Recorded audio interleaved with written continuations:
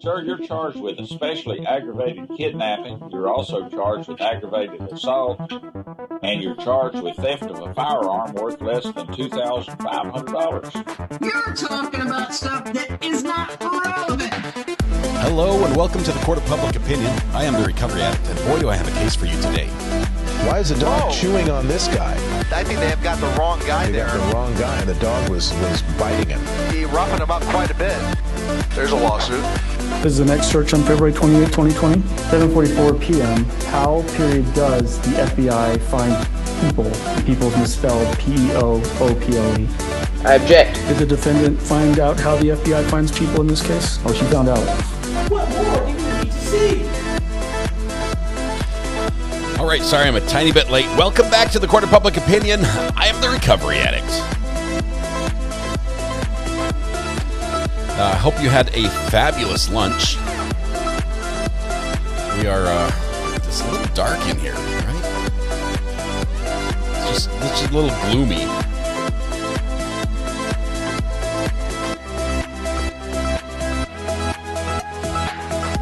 How's that? Is that a little better? Maybe? All right, that'll work. You can see my fan right here. That's my only fan. All right, welcome back. Thanks for acknowledging the stream as well. Appreciate all of that. It's free today. What's with the point count? I don't know. I don't know who's first today. We need somebody to fess up or rat out your friend. Who was first in chat today? Please make yourself known now.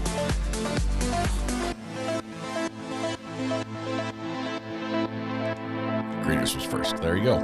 Lindsay, you can see who your friends are because they're all throwing you under the bus right here. Congratulations, Greeners first in chat this afternoon. Because of that, we're going to punish you. Unfortunately, I thought your names would be fixed. I was hoping your names would be fixed, but they are not. YouTube still has not repaired the damage they did first thing this morning when they broke all of our names and made them all our handles. Anyway, good luck on that. I hopefully maybe over the weekend they can get the thing sorted. We can be all back to normal. All right. We are about to go back to court. Like by about, I mean, they're moving the camera. Any second now, I think, we're going back to court. So we'll just watch and wait patiently. As we begin the second half of Friday, it's been a spicy one. I think we're getting very near the end of the testimony for the prosecution. We have on the stand right now McKenzie, who was the girlfriend of the defendant. They have not seen each other since that night. I guess this was the last straw. I don't know. They broke up or something, but they have not been together since then. Laurie Ross says, Recovery Addict, don't agree. They made a choice to fight, to go to the houses, changed mind, left, came back, and Raul asked for a knife. How is that self-defense? Well, I would look at this maybe because honestly, rationally, yeah, they're like in the wrong. They were looking for a fight and they ended up stabbing somebody. But where the law is concerned, they will look at engagements as separate incidents. So once they left, then coming back could be a separate instance. So initially causing a fight, that's a problem. Like when he did the whole headbutting with the motorcycle helmet, that's a problem. Going to look for a fight is a problem. But when they showed up, they changed their minds and they left after their car was completely, assaulted. They left. Then when they came back, it was for a different purpose, and they didn't start at that time. They got jumped that time. So I think from a legal standpoint, there's an argument to be made that, yes, he made some very poor decisions that led up to this, but in that moment, he was making, another bad decision, but not an illegal one, or not one that would forfeit his right to self-defense. I'm not sure what the jury's going to decide. I just think that argument could be made. Swifty Justice member for 25 months. Finally got that pink courthouse. Let's go. Let's go. Thank you, Swifty Justice. I know it was not swift to get there, but here we are, and it's wonderful. Thank you so much for your support. Jade 902, member for 12 months. Woohoo! 1 year. That is awesome. Thank you, Jade. Thank you for your support as well. Both of you would not be the same without you here. And thank you, by the way. Thanks for the super chat, Lori. I see your point. I can see that argument as well. I think it's one of those instances where the law is written in such a way that it might favor the person who made a bad choice, but not an illegal one. Like the law is not perfect, right? Let's see. Who is this? Integrationing.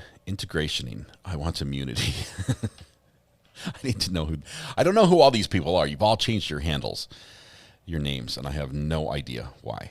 Why it's broken. Lazy Retired Lady says normal is overrated. I agree. Different is good. Melanie Little Channel's okay. That's good. I'm glad she hasn't had to deal with this morning. It's been terrible. This is a terrible case. All the kids were so young. I agree. I also agree. I was talking with Josh from Courtroom Confidential on Wednesday night about this case, and he brought up the issue that jail sentences are not only to provide justice for the family or the victim, right? In this case, we can't provide justice. We can't bring them back. That would be just. Bring him back. It was not fair. You took him. Bring him back. If you steal something, you can give it back and restore that. Plus, you've got the whole loss of confidence and hurt and things like that. But when a life is taken, it makes it very difficult to restore things the way that we're bringing them back. It makes it virtually impossible. But part of the jail sentence is to dissuade other people from, if that a word, is dissuade a word? Ooh, you brought me lemonade. Did I use it correctly, Mrs. R.A.? I did. Thank you. She says I used it right. Dissuade others from making a similar choice. So for instance, if I as a company robbed all my customers when they came in, first of all, I'd lose customers. But if I just had to pay back what I got caught taking, that's one thing. But if they punish me on top of that and say, plus you have to pay another $100,000 and we're going to bulldoze your building. Now, if I was another company looking at that, it's like, well, I better not rob my customers or they're going to charge me a whole ton of money and bulldoze my building, right? We want a little bit of disincentive for someone else to commit that same crime. So there's that societal corrective action as well. And then there's that third part of rehabilitation. We want the person who did the wrong to realize they did it wrong and do better. And locking someone up for the rest of their life does not accomplish that usually. Let's see. Thank you, Amber. Apologize for that. Donald King says, I'm torn. I can see both sides, but in the fight where the stabbing took place, the party group were the aggressor and the hiding something that they think the jury won't like. Okay, so the large group did start that fight. Generally, in the world of self-defense, and this applies to most states, I don't know particularly to Connecticut, but in the world of self-defense, if you instigate a fight, you lose the right to self-defense. You cannot later claim self-defense. You can't start a fight, start losing, and say, I had to shoot the guy out of self-defense. He was coming at me. He would have killed me. I'm sorry. The law at that point says, hey, FAFO, you began this whole thing. You farted around, and now you're going to find out what happens. So there's some of that, and that party did start. They admit they threw the first blows. They came out all hostile. They were talking nicely, and then got to yelling, and then they threw the first blows. But interest. I see you didn't get lost in the bathroom. I'm 2 boards away. I have to make 2 more cuts, and it's done. The floor is done. I got so close. Unfortunately, one of the cuts is 4 feet long and along the vinyl. I don't have a good, easy way. I don't have a saw. First of all, I've never owned one of those cool saws to cut long pieces of wood. I've always just used like a reciprocal saw or a circular saw that I hand guide. But I need to make a long, straight cut. And we'll figure out how to do that after after tonight. This lemonade is good, but it's in an open container, and I'm worried about my desk. So I'll put it out of reach where I can't harm things. Nobody saw the knife. Does that defense require you to show the knife? No. As a matter of fact, it could actually, I think it could go both ways. Saying a defendant could say, look, I did not want to fight. And when I saw this was going, I'm like, look, guys, hey, first of all, I'm scared for my life. Back off. I don't want to fight. If you bring this to me, I have means to defend myself. That could be possible, right? Because it usually, say for instance, when it comes to handguns, there's this statistic in the United States where it's ridiculous. 75% of the time a handgun is used in self-defense, it's not fired, right? It's just brandished, it's shown. And so you could say there's an argument to, if you had just shown them the knife, they would have known that what they were up against, it wouldn't have happened. True, not a legal requirement though. But the other side of that, showing the knife would be like, you knew it was a fight and you brought the knife. You're like, bring it, guys. I'm gonna stab you. Yeah, that's a problem. That's a problem. So I can see both ways on this one, and it will just depend on the law in the state. It looks like we're back. Hang on just one second.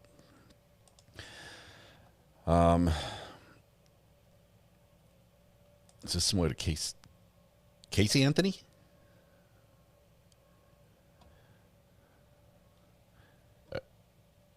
Are we talking? Is Kay Anthony? Is that the same one? I think that's a completely different case. I don't think that's the same one. Come on up. Okay, here's the girlfriend back on the stand. This is McKenzie.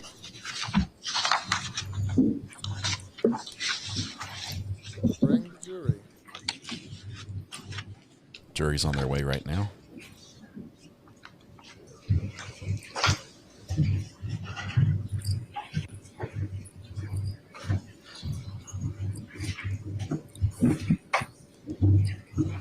I might have to go get a jigsaw. I've been scoring them and snapping them, but I can't score and snap a big, long, narrow piece. No neighbor with a table saw? None. Welcome back, ladies and gentlemen of the jury.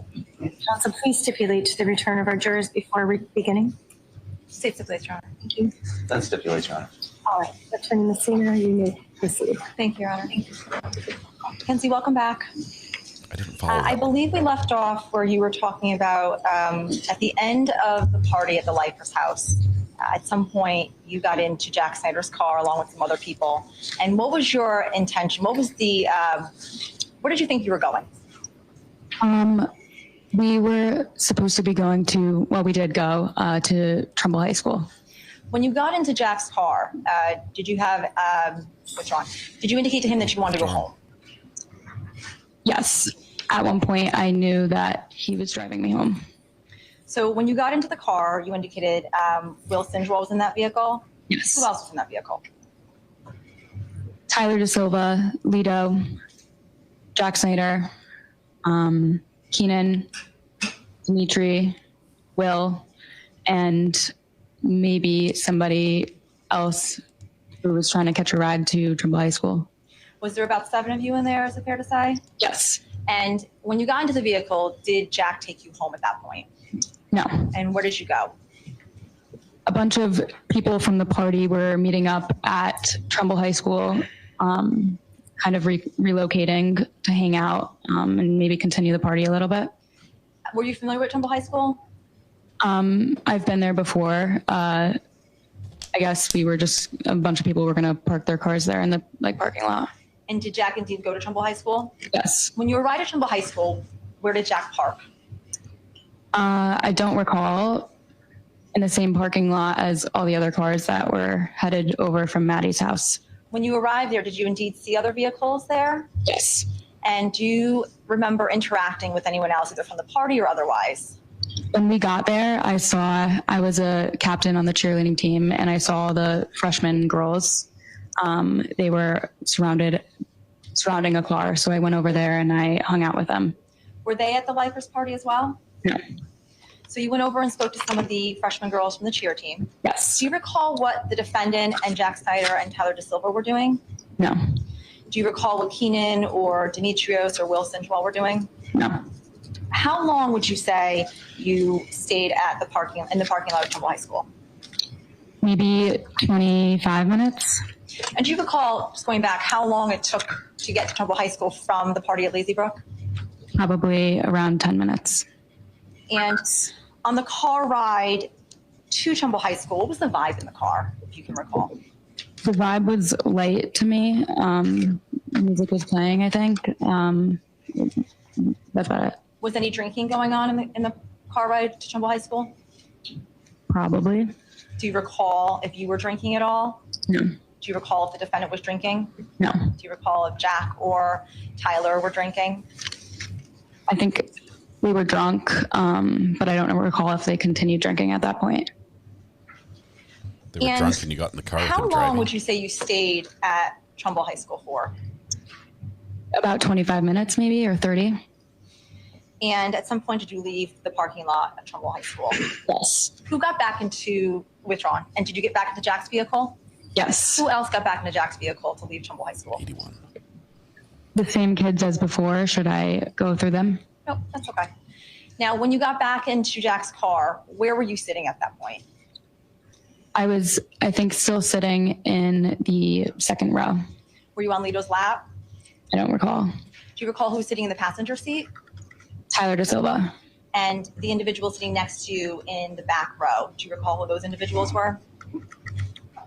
I can recall Will Sinjwald. I'm not sure about the other boys where they were sitting exactly. Do you recall if anyone was in the trunk of the vehicle? Maybe one kid. I don't know which one. We didn't talk to him. Now, you got back in the vehicle. At that point, where did you think you were going? Home. And why did you think that? If you live in Shelton, we were about to pass the reservoir, which is towards my house. Did you indicate to Jack that you wanted to go home at that point? Yes. Now, at some point, withdrawn. Did Jack take you home at that moment? No. At some point while you were in the vehicle, were you made aware that some boys in the car were part of a texting chain or a texting conversation? It was mentioned. I didn't know who was in it or what was going on in it. Were you part of that texting chain? No. And how did you become aware that there was a texting chain going on? It must have been mentioned at one point in the car. I think I just noticed that we had changed route. I think someone must have sent a text message in that group chat. And that's how I was aware. Now, what was the atmosphere and the vibe in the car at this point? Once the texting chain had developed and you indicated that you were made aware of it, describe what the vibe was in the car. I definitely could tell that the vibe had changed. I was close to being home, and then it seemed like in an instant, the boys were set on going to Tyler Rich's house. Now, how did you become aware, withdrawn? Are you familiar with Tyler Rich? Yes. And how do you know Tyler Rich? I was good friends with him growing up. He was in my friend group, and I've been to his house a ton of times. Did you attend schools with Tyler Rich? Yes. Other than high school? Yes. And you said you just indicated you've been to his house a ton of times? To a bunch of his parties and hangouts. Now, how did you become aware that you were going to Tyler Rich's house? I just remember being close to my home, and I remember then taking a left towards Isinglass rather than going straight back. So I knew that we had changed direction. So is it fair to say at some point you thought you were going home, you thought you were being dropped off at home? That did not occur because did you actually pass your street? No. But the car diverted to another direction. Yes, and the two boys in the front had made it known that they were now going to Tyler's house. Okay. So without obviously going into what they said, Okay, two boys in the you front. became aware that that's not where the you were going. defendant. Yes. Do you recall hearing anything from Lito at that point regarding going to Tyler Rich's house or going to fight anyone, anything to that effect? I don't remember him saying anything, but I had objected multiple times to us going, and he didn't stand up for me or say anything in that regard. Oh, that's why we broke up. I didn't want to go to Tyler Rich's house. Why didn't you want to go to Tyler Rich's house, McKenzie? Because I grew up in Shelton, and a bunch of people who I was friends with, I knew would probably be at that party. So it seemed as if there was some type of confrontation going on between them, and I knew I didn't want to be a part of it. Do you recall the address of Tyler Rich's house offhand? Laurel Glen, I'm not sure what number. 43. And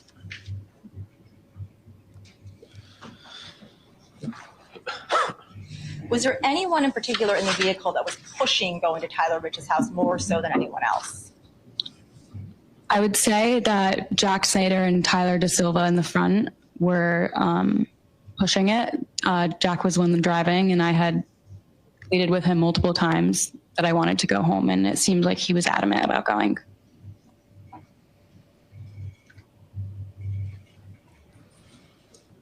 On the way to Tyler Rich's house, who, if anyone, did you have contact with on your phone? As soon as I was made aware that they were now headed to Tyler Rich's house, I had texted my sister, and I had asked her to pick me up from Tyler Rich's house. And why did you do that? I knew I didn't want to be at Tyler Rich's house. I didn't want to be anywhere near his house. A lot of the people there were my friends, so I didn't want to get involved. That's weird. Based on the conversation you heard on the car, as well as just your overall gut feeling, did you know something bad was going to happen in going to that house? I assumed it wasn't going to be friendly. I assumed it was going to be some type of confrontation. Now, at some point, did you arrive at Tyler Rich's house? Yes. Now, McKenzie, if you can look, if I just may approach the witness, Your Honor.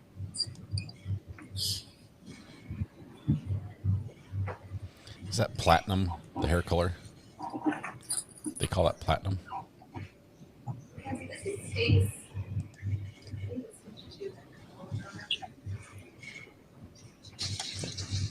Yes, State 52. In this exhibit, are you able to show the jury, and there is a pointer there, where Jack Snyder parked his vehicle when he's arriving at Tyler's house? If you can't, this exhibit, I can show you another exhibit. Assuming that this is his driveway, I think we were parked facing that way. Right there. So the methods of trial witnesses use your pointer to point to the bottom half of State 52 and directed her pointer over to the right-hand side of the exhibit as well. Right, that'll be reflected on the record. Thank you. We can barely hear, but we know what's happening. I'm going to show you another exhibit. This is exhibit 49. You can look on your screen there.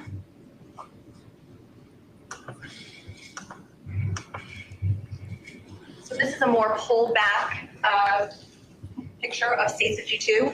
If you could describe in State 49 where Jack Snyder pulled up to Tyler Rich's house on that day. You can just use your words to describe it. You can't point on the screen. It doesn't show up on them. Use your words. I remember he had pulled up probably near the driveway.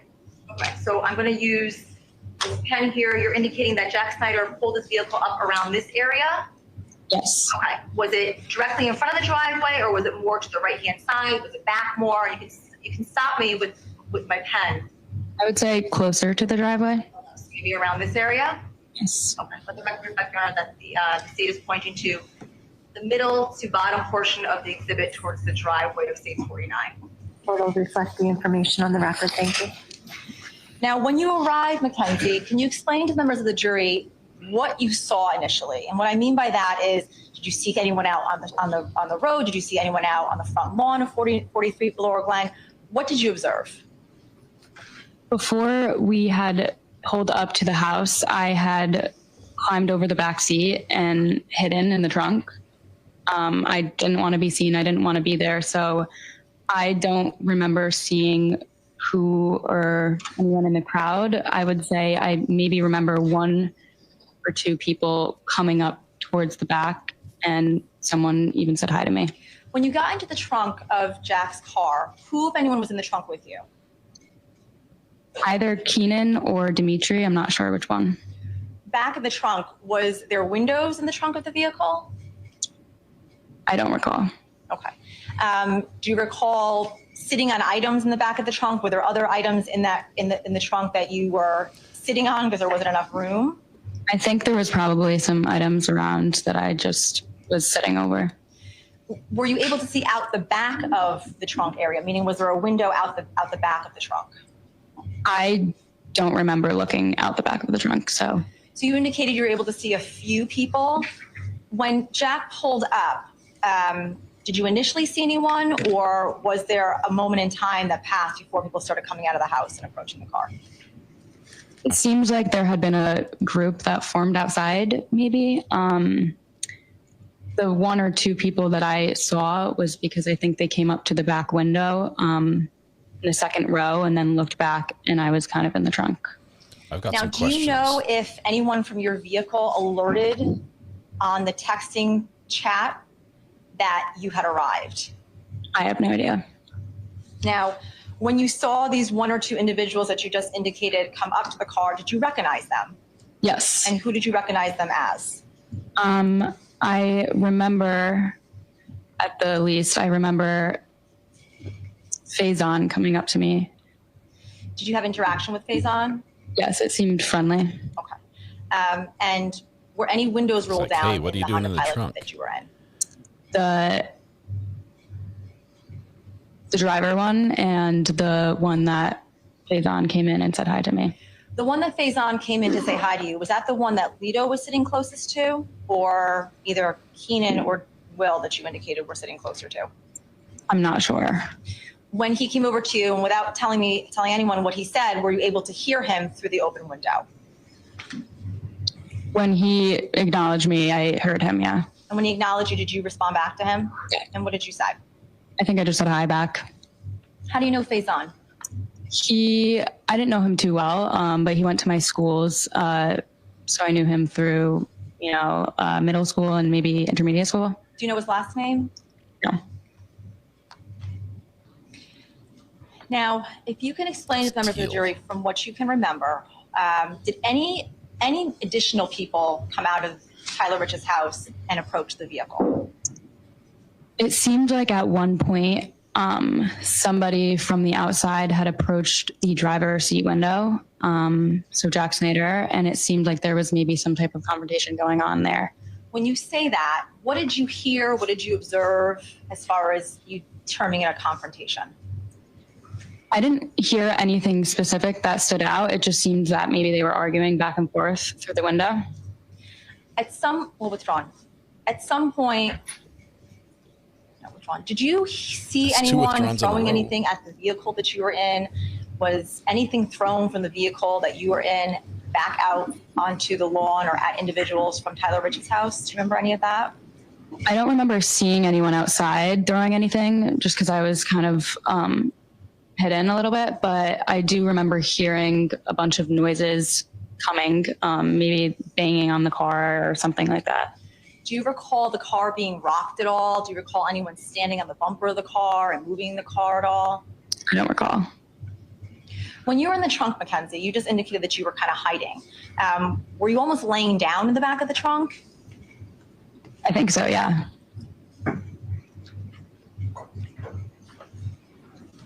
Did you hear Lito saying anything to anyone during that interaction at all? No. Do you recall how long that interaction occurred between the kids from Tyler Rich's house and the individuals in your vehicle? No more than a couple minutes. And what, if anything, happened next that you can recall? I remember it seems like things were being thrown at the car, so there was a little chaos there, and then we just immediately started driving down the street. Do you remember anyone telling Jack to drive off? No. Now, when you say went down the street, I'm going to direct your attention to states. May I push with this, driver?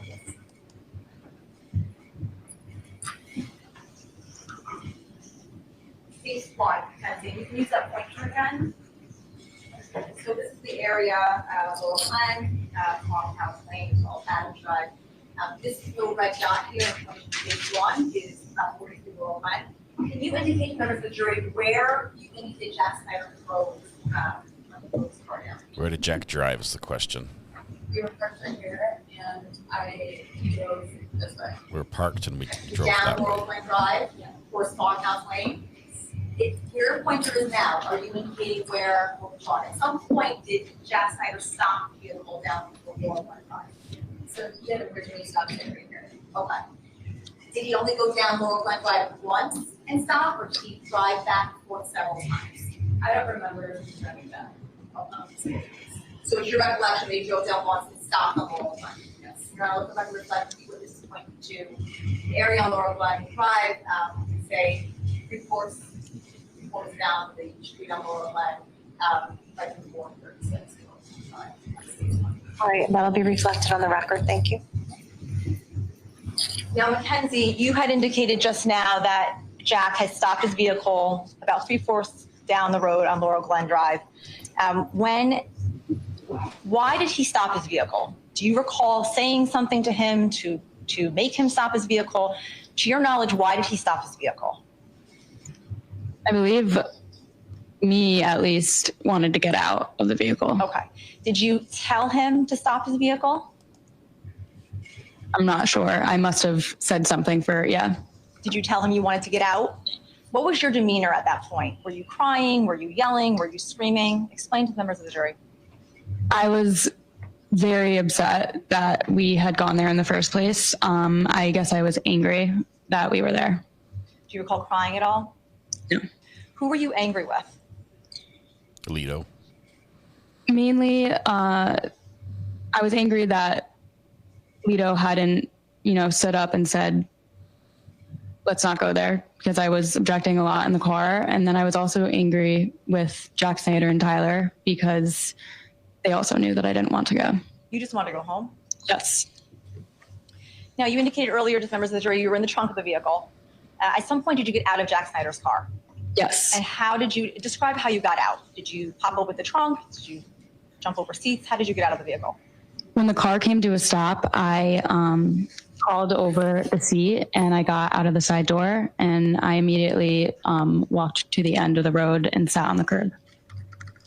At some point, did other people also get out of the vehicle? I think I think they did. Do you know who got out?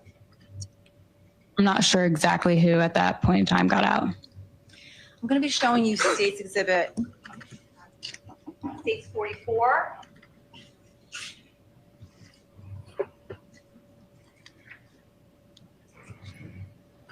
You can view this on the screen. I feel really close to the prosecutor right now. I'm just going to play this through, okay?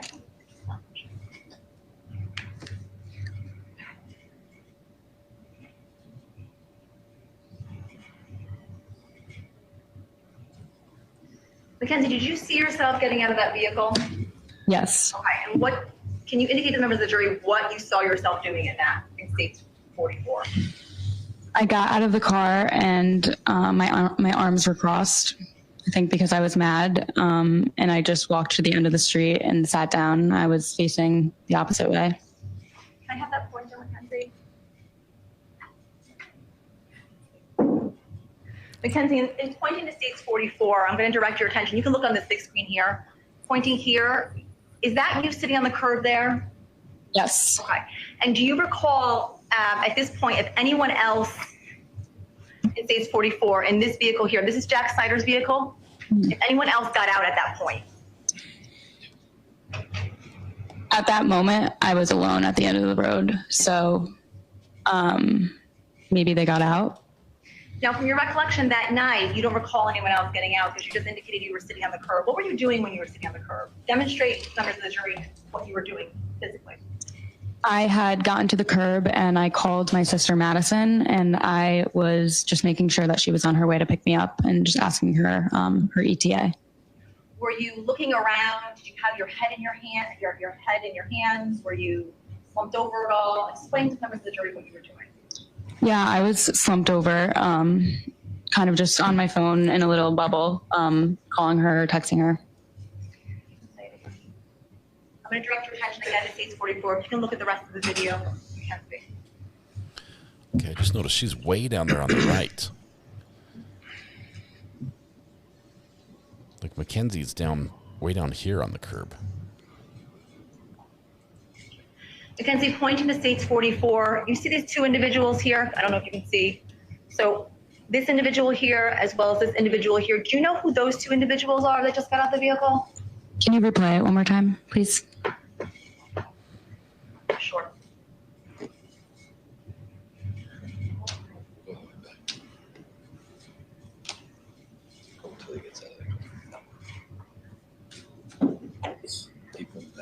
So you're sit down right there. She's standing up way off to the right. She's way down there, away from the car. There she's walking in front of the tree. I thought it all happened right at the car for some reason, but she's walking down in front of the tree. She's walking away. She wouldn't have seen any of this. You're referring to States 44, those two individuals that just got out of the vehicle. And you're walking down towards the curb. You sit down. Do you know who those two individuals are? Down by the fire. I believe the one coming out of the driver's seat is Tyler Da Silva, and the other one, maybe Lito. Now, McKenzie, you see here in States 44 that you're sitting on the curb here, right?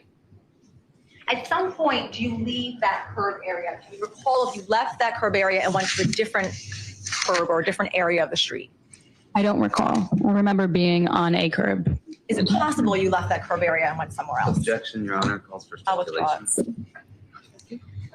Now, McKenzie, at some point when you were sitting in that curb area or a different curb area, did you see anyone from Shelton High School approach? I didn't see anyone come up and approach me. And when I say Shelton High School, I mean the individuals from 43 Laurel Glen from Tyler's party. Do you recall anyone approaching you or approaching that area? No, not me. I did recall maybe some noise coming from behind me. I hadn't looked over and I was on my phone, so I don't remember who. So you had indicated earlier before we played States 44 that you were on your phone and you were contacting who again? My sister. And what were you saying to your sister at that point? I had already texted her before we even arrived to Tyler's house. As soon as the direction changed, I had texted her saying that I was going to need a ride from Tyler's house. So when I had called her, when I got out of the car, I was just making sure that she was on her way there. Now, McKenzie, you saw yourself get out of Jack's vehicle. At some point, either simultaneously to when you were getting out of the vehicle or prior to, did you hear anything about a knife being talked about? I don't remember in the car. I don't think that was the case. I remember at one point, maybe when I was getting out and leaving the area, I heard someone say something about a knife. Do you know who that was? I'm not sure. And did it alarm you when you heard this information about a knife? I didn't really I overlooked it completely. I just didn't think anything of it. I didn't think anything would have happened with a knife. So you heard talk of a knife. You don't know if it was the defendant who said it or anyone else in the vehicle? Yes. Do you know how close you were to that conversation you heard about a knife? Do you know if it was when you were getting out of the vehicle? Do you know it was when you were standing by the vehicle? Do you have any recollection of when you heard it? I believe it was I think it was when I was walking away. I don't remember the conversation being had. I don't remember what they had been talking about.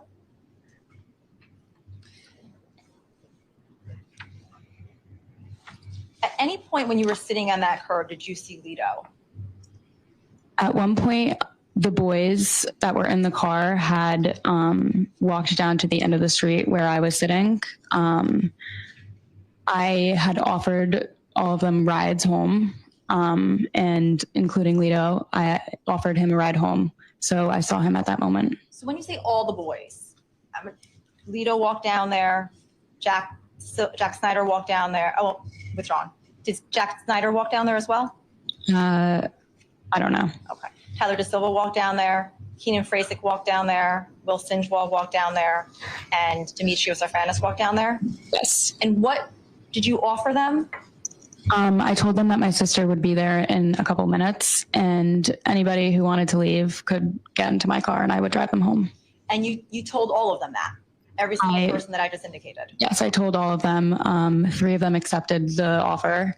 Will, Keenan, and Dimitri. They sat down on the curb with me, and then I also offered to the other 2 boys, and they were adamant about not coming with me. So they did not want to go with you and your sister and leave the area? Yes.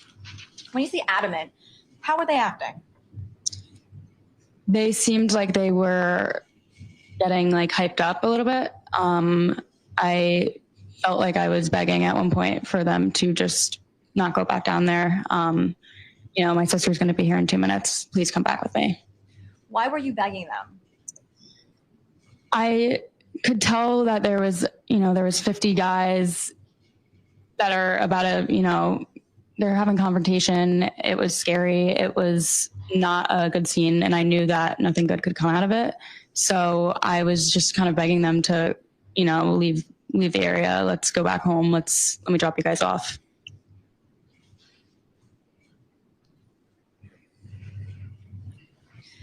At some point, when you were sitting on the curb area, what was drawn? Did Will, Keenan, and Dimitri come and sit down with you and join you on the curb? Yes. When Tyler and Lito, as you indicated,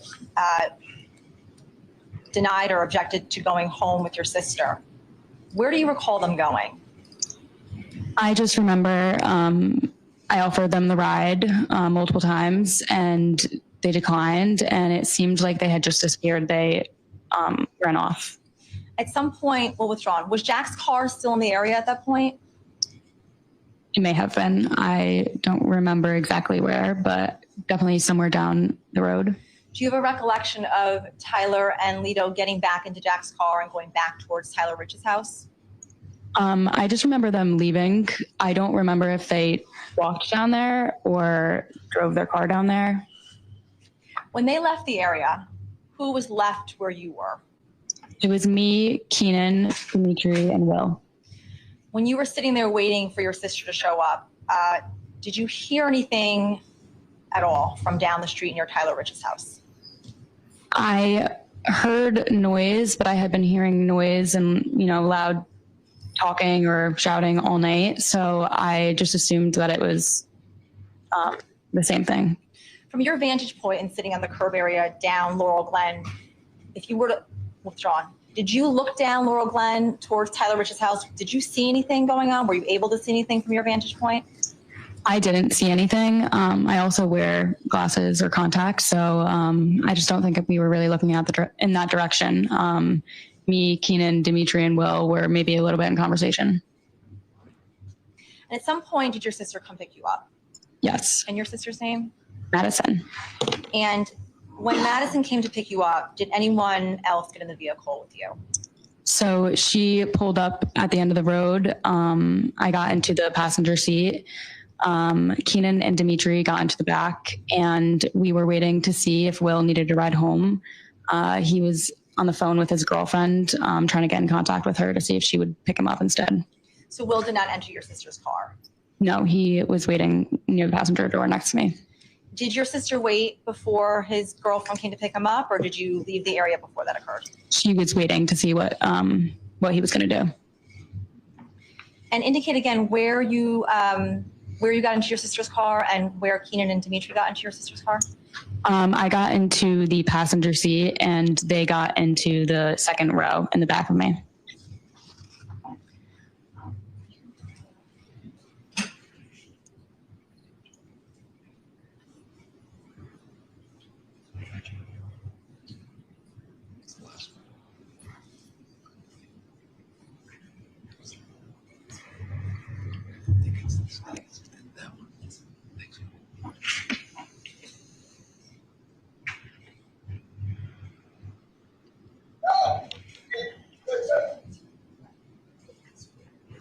McKenzie, I'm showing you stage 44. This is a video taken. You can describe to members of the jury, well, indicate if you recognize your sister's car at all, and if you recognize or if you see Jack Snyder's car at all. I'm going to play it through once, okay?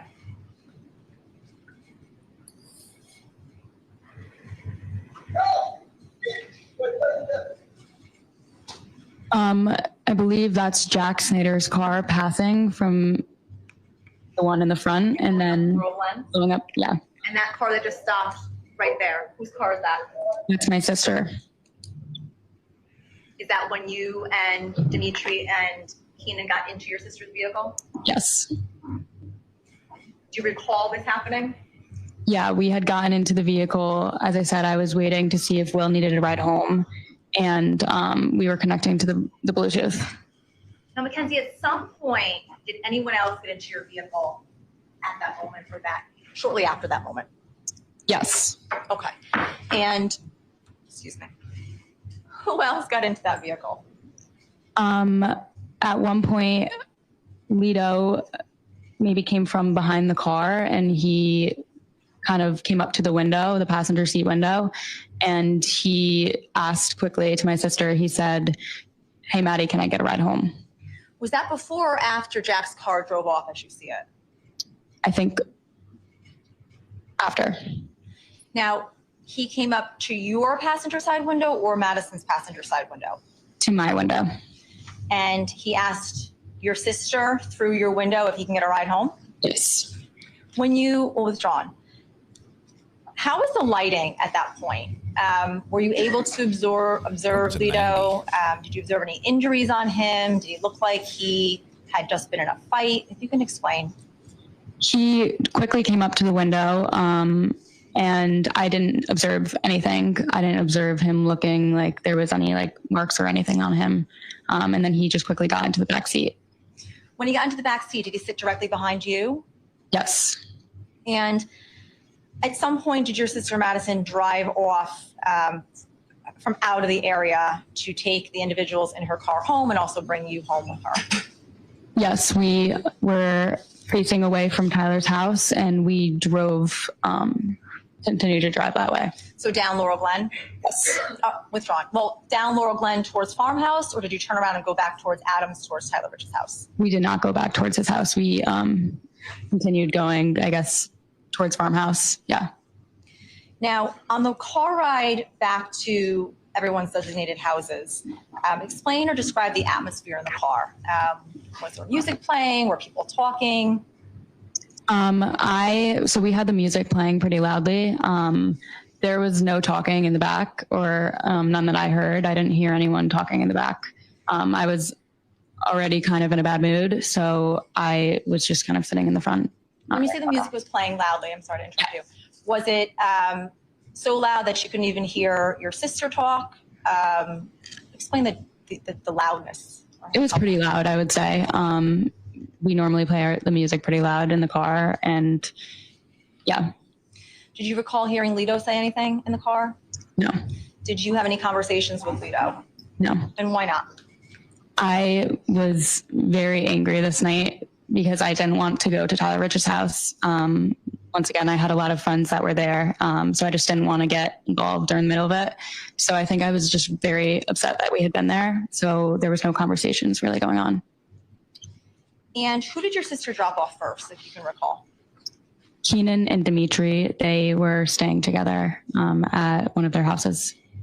And then at some point after your sister dropped off Keenan and Dimitri, it was you and Lido and your sister left in the vehicle. Yes. And was there conversation, and withdrawn, where does Keenan and Dimitri live? Whoever's house you went to, do you recall where they live, what town?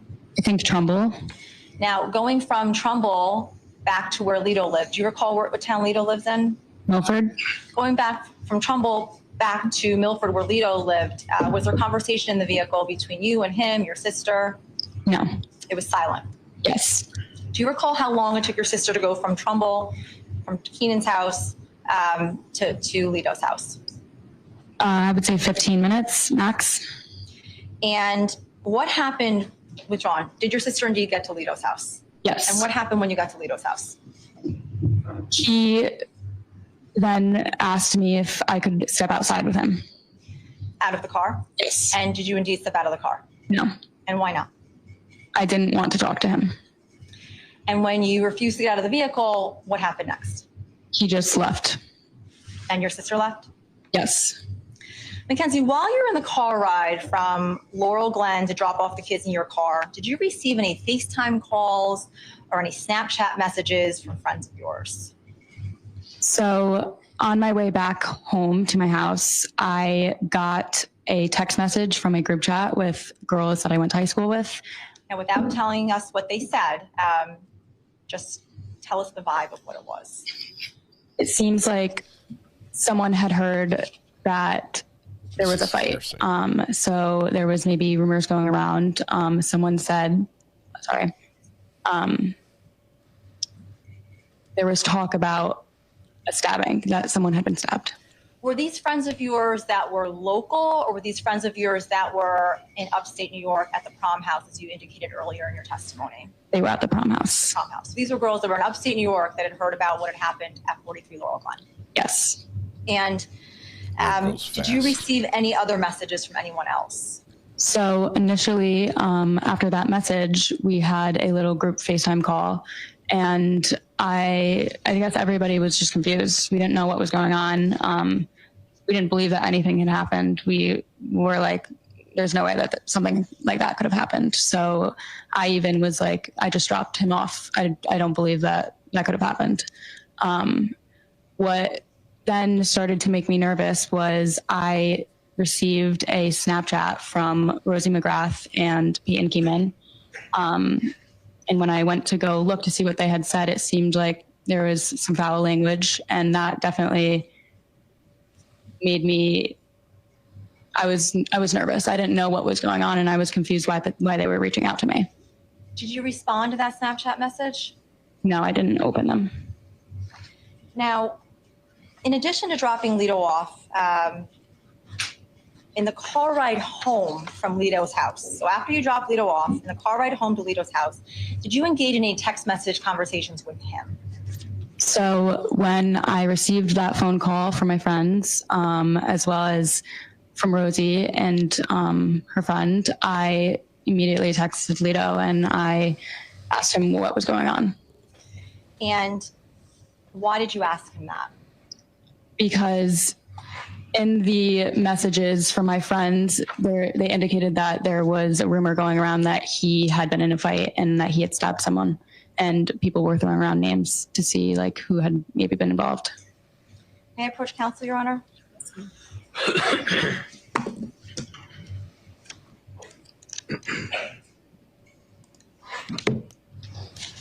I have a theory.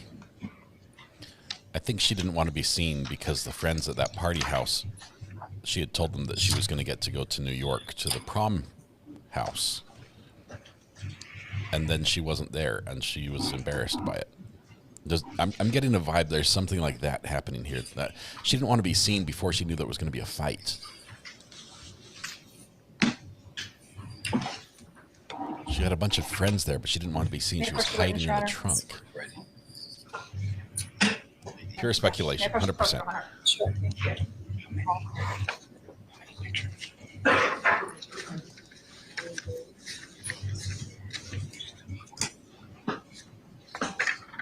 It just seems like there's another reason why she didn't want to go there.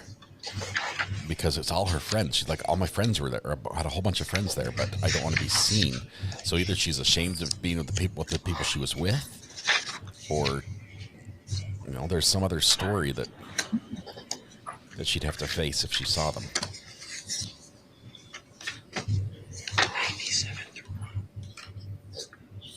McKenzie, may I approach the witness, Your Honor? McKenzie, I'm showing you what's been marked as states 97-101, right? So this is only this point, right? You recognize that document, and there's several pages of that document, but you do recognize that? Yes. Okay, and what do you recognize that document to be? These were text messages between me and Lito. Now, we get some do you know the defendant's number offhand as you sit here today? No. Okay, and at some point, did you have an opportunity when you started dating Lito to exchange phone numbers with him? Yes. And when you exchanged phone numbers with him, did you put a name, you got the phone number, did you put a name associated with that phone number? Yes. And what name did you associate his phone number with? Lito. And at times while you were when you were dating him, did you have opportunities to text message him, have phone conversations with him? And when you did you access this number under the name Lito in your phone? Yes. And these text messages you see here, when were those text messages produced? After I had dropped him off on the way home to my house. Now, in looking at states 97-101 in the text messages, is there a back and forth conversation between you and Lito at this time? Yes. I would ask is marked as a full exhibit, Your Honor. No objection, Your Honor. Court will accept into evidence as states full exhibits 97-101. Defense does not fight it. They're coming in. We might get these on the screen as well.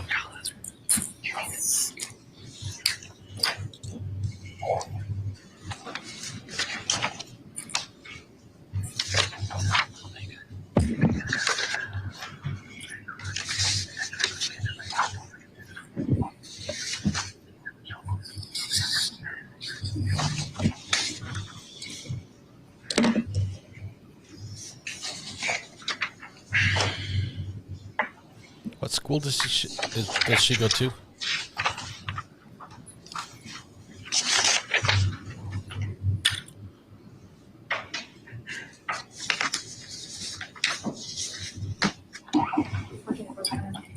This might be the nail in the coffin. Showing you what's now been marked as full exhibits 97 through 101.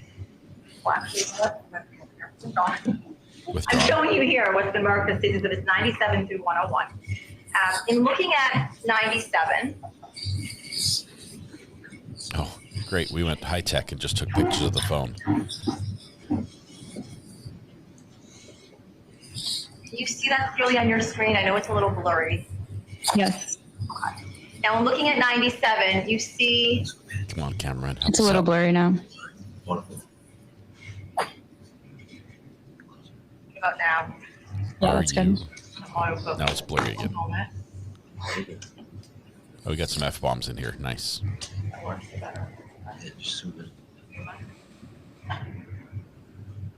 Look how many messages there are. Okay. Can you see that on there? One way. Yes. Okay. Now, the blue writing that you see there, whose handwriting or withdrawn? Whose text messaging in the blue? That's mine. And the white that you see there in States 97, whose is that? Leo's. Okay. Now, McKenzie, I'm going to ask that you read. I'm going to read your parts into the record and publish it, and you are going to read Leo's parts into the record. Okay. Okay. So in States 97, you indicate, and you said you contacted Lido first? Yes. Okay. And you indicate, are you fucking serious? I hate you. Someone just called me and said you stabbed someone. You just ruined everything, Lido. Literally ruined everything for me. Answer the phone. IDK, what to do? Everyone is texting me. What does IDK mean? I don't know.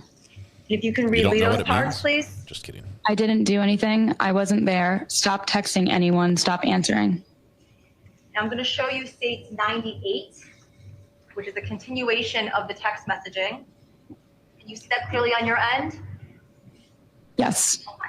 I'm going to read your parts. Lido, everyone knows who you are. Everyone knows you're my boyfriend. And what does Lido said? I know. And you say, Lido, everyone's texting me. What does he say? Stop answering what happened. And you say, don't talk to me. And what does he say? Okay, stop answering anyone. And then you say, you fucked up, Lido. And what does he say? How? I wasn't there. And then you say, if my parents find out. Showing you States 99. Oh, they found out. Can you see that clearly? Yep. Stop saying that, you said. And then what do you say?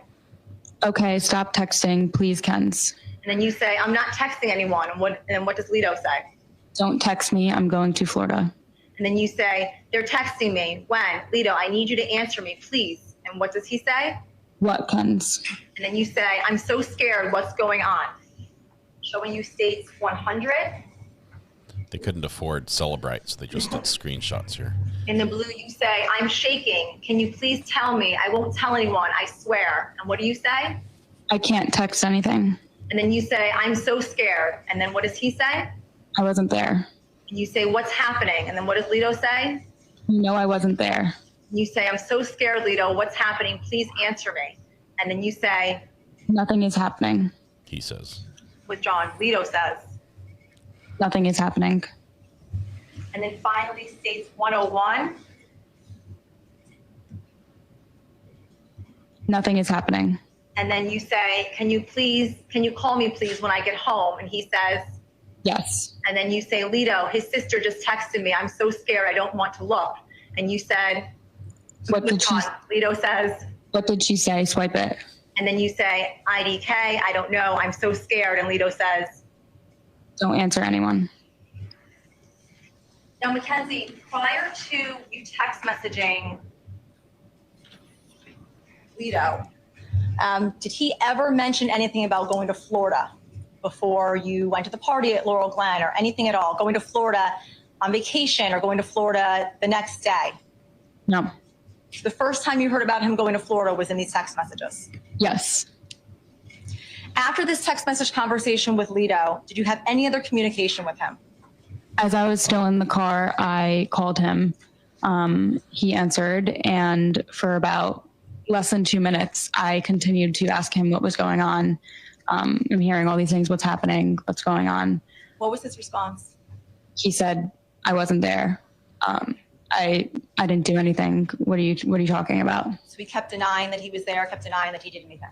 Yes. And this phone call was before or after you arrived at your house? It might have been, I was still sitting in the car in the driveway. And for how long did it last for?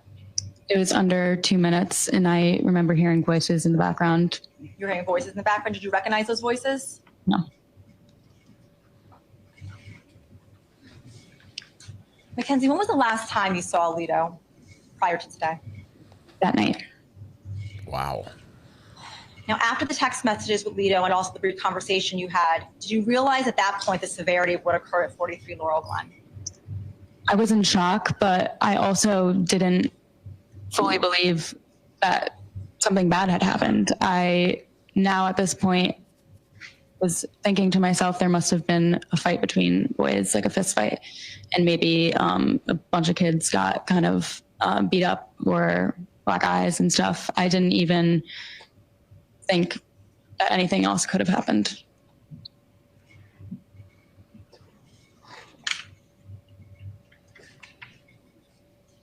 I'm going to show you a photograph which has been marked as day 57. Kenzie, do you recognize who this person is in the photograph? Yes. And who is that person? Jimmy McGrath. And are you familiar with Jimmy? I grew up with Jimmy. And at what point, McKenzie, did you learn about what happened that night to Jimmy? When I had gotten home, I went to bed. I figured I'd wake up in the morning and it would have died down, or, you know, if there was a fight, something would have died down. And I was woken up in the middle of the night. The police wanted to come question me. So I went downstairs to my kitchen table with my sister. And I remember my parents went to the door to open it up for the police. And I just remember my mom screaming. And then at this point, I was like, what's going on? Something seriously bad must have happened. Still, I didn't know the extent to what had happened. So they sat down. They just asked me about my day, like you're doing, about my night. And when they had left, my parents had told me that Jimmy had passed. And what was your reaction, McKenzie? That was the worst news, the worst night of my life. I fell to the floor. My entire family fell to the floor. And it was just the worst news I've ever received. I just may have one moment, Your Honor. That's it. Thank you. I have no further questions. Now for cross. Thank you.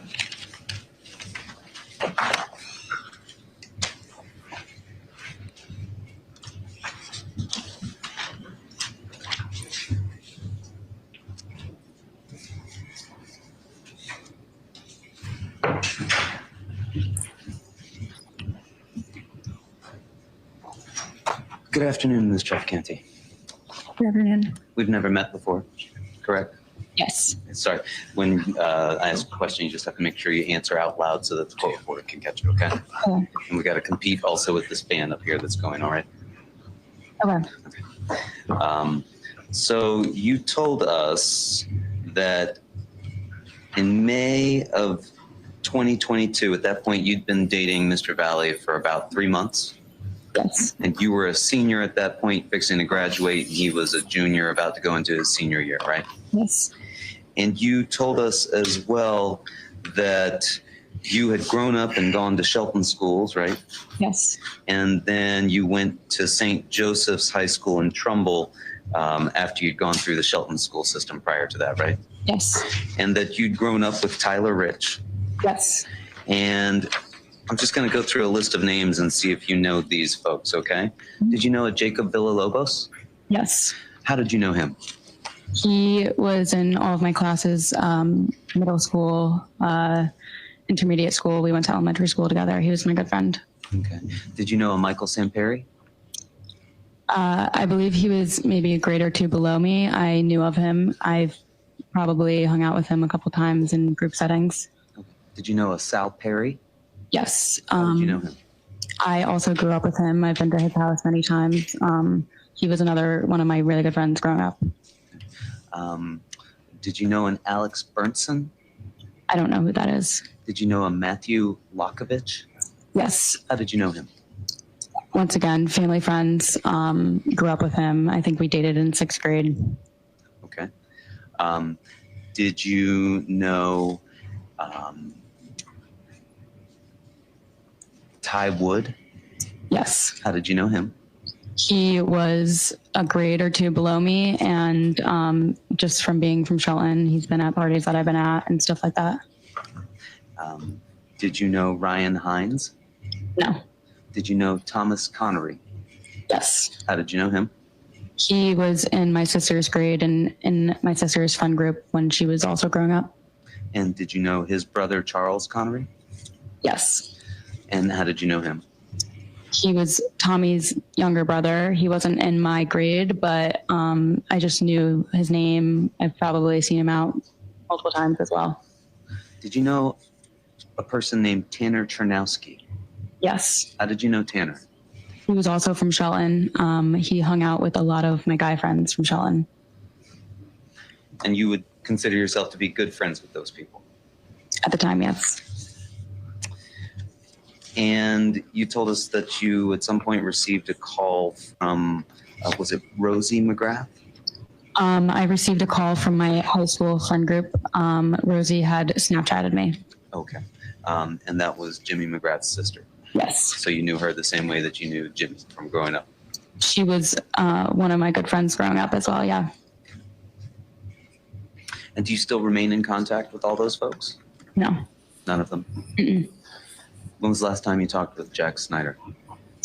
I may have seen him around slightly in the last couple of years. When we went out in New Haven, I would see his face, but we don't keep in contact now. And you told us that you also knew Tyler Rich. Yes. And that was because, again, you'd grown up with Tyler Rich? Yes. And were your families also friends? Our parents probably knew each other. And you told us about starting the night off. Well, before starting the night off, you were telling the state's attorney about the night before this had been the prom, right? Yes. And you'd gone to that prom with Mr. Valle? Yes. And your parents didn't want you to go to the prom house that was in upstate New York, right? Yes. And so you spent the next day going to the beach with Mr. Valle, right? Yes. Where was that? Milford. And you went to the beach, you said, for a few hours, and then you went back to Mr. Valle's house, right? Yes. And following that, you got a ride from Jack Snyder and Tyler DeSilva over to 5 Lazy Brook. Yes. And that was Madigan Leifer's house, right? Yes. She's the older sister of Austin. Yeah. And you knew Madigan through lacrosse, right? Yes. Did you say that your father was a lacrosse coach for Madigan? He was a lacrosse coach for my entire grade. So a bunch of girls, including Rosie, was on the team. And this was a girls' lacrosse party, correct? The party was not a girls' lacrosse party, I don't believe. Did you see a lot of members of the girls' lacrosse team there? Some members who were juniors and a couple members who were seniors. Was Madigan a junior or a senior? A senior. Did you know an Emily Robinson? No. If I asked you this already, I apologize. Did you know Ryan Hines? No, I did not. But you did tell us that you knew Faison Teal, right? Yes. And you didn't see any sort of a fight at 5 Lazy Brook, right? I didn't, no. But you saw that picture before of what you identified as Mr. Snyder and Mr. Valle, right? Yes. But you don't know when that picture was taken. Is that fair to say? I do know when it was taken. You do know when it was taken? Yes. How do you know when it was taken? I remember the boys coming back from the garage, and that's when they looked like they were dressed up like that. And I remember that picture being taken. You remember telling us before that you weren't watching Mr. Valle throughout the night? No, I wasn't. But now you're telling us that you're sure that you know when that photo was taken? Yes. You at least know that you saw them wearing those outfits throughout the night, right? Yes. When did you see Mr. Valle put the neck pillow on? I don't remember him putting it on. I just remember seeing him with it on. Oh, okay. When did you see Mr. Valle put the helmet on? I don't remember when he put it on. Okay. And at some point, Mrs. Leifer comes and breaks up the party, right? Yes. And tells everybody, time to go, clear out, and you guys all leave the party? Yes. Go get into Mr. Snyder's car? Yep. And that was the 7 of you that you've described to us, correct? Yes. And at that point, the plan for the night had been to go to the Leifer's house, but now it changed because that party was over, right? Yes. And there was no plan at that point to go anywhere specific. Is that fair? Seemed like there was a plan to go to Trumbull High School. Okay. At some point, you became aware that folks were planning to go there, but when the party broke up, that had not been the plan already, right? Yeah. That was sort of an impromptu, what are we going to do now kind of thing? Yes. Okay. And then you got over to Trumbull High School, and you said that there were maybe 40 or so people that had been over at 5 Lazy Brook, right? Yes. Those 40 people didn't all go to Trumbull High School, right? Not all of them, but there was a good amount of people at Trumbull High School. Okay. More than 2 cars? Yes. Okay. And you said there were tons of underclassmen at the party, right? Yes. You told us at the Lazy Brook party? At the Lazy Brook party. Yes. And you told us you remembered one of them was Sydney? Yes. How did you know Sydney? She was just a friend of mine. She was a senior as well. Okay. Was that Sydney Wims? Yes. And once you got to Trumbull High School, you said on the way to Trumbull High School, 4 of you squeezed into the back seat of the car, right? Yes. And Jack was driving and Tyler was in the passenger seat in the front. Yep. And you told us that you had lapped up in the back, meaning you were sitting in Mr. Valle's lap. I believe so.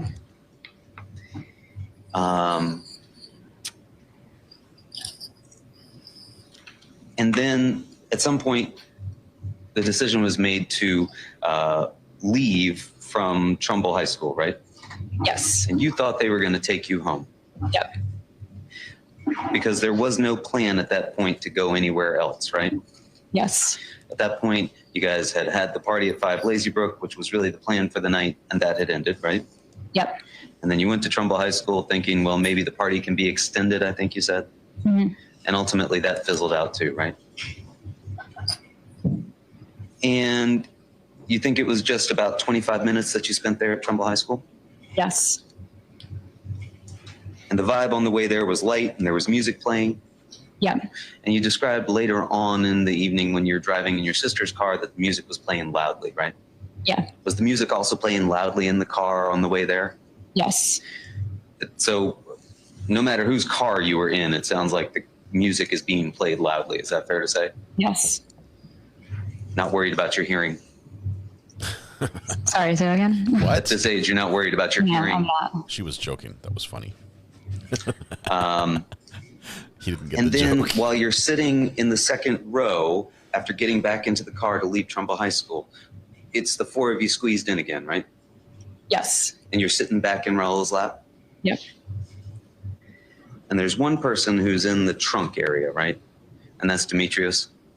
I wasn't sure who was in the trunk out of the boys. Okay. But somebody was back there? Yes. Wasn't really room for much more than one person back there, right? Yes. And then you realized as you passed by the reservoir that you were not going to your home. Is that fair to say? You were headed in the direction of the reservoir. And I guess before you pass it, you have an option to turn left into Isinglass. That's what you were expecting, is that you were going to turn there and that would keep you going in the direction towards your home? Driving by the reservoir would have taken me more towards my home. So when we turned, I realized we were not going back to my house. Because to that point, there had been no discussion of going anywhere else. Is that fair? Yes. And then you changed routes and you said that the vibe in the car had changed. Do you remember telling us that? Yes.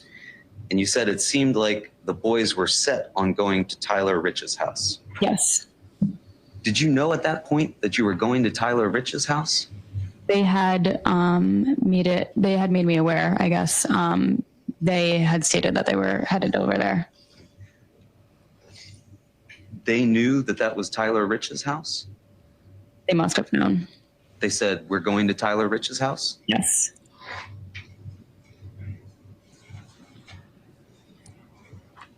To your knowledge, did Mr. Valle know Tyler Rich? To her knowledge, I'll allow it. To my knowledge, no.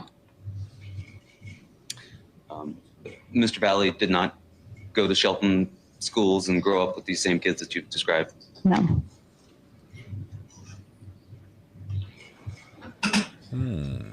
But you yourself said you'd grown up with Tyler Rich and you'd been to his house a ton of times, right?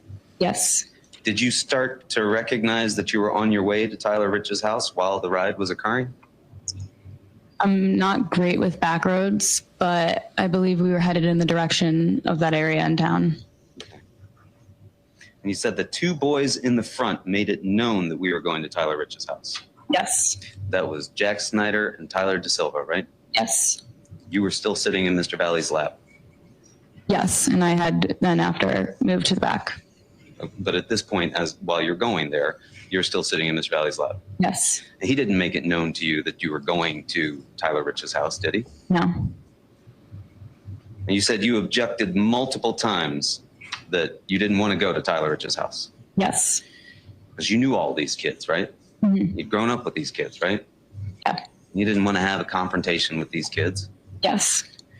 And you were upset that Mr. Valle didn't object or stand up for you, right? Yes. And you said Jack Snyder and Tyler DeSilva in the front were pushing for it and that Jack Snyder was adamant about going, right? Just both of them, not one over the other, but yeah, they were adamant about going. Both Jack Snyder and Tyler DeSilva. Yes. And so you contacted your sister, Madison, right? Yes. And you started to make plans. Hey, can you come pick me up? I don't want to be here. Yes.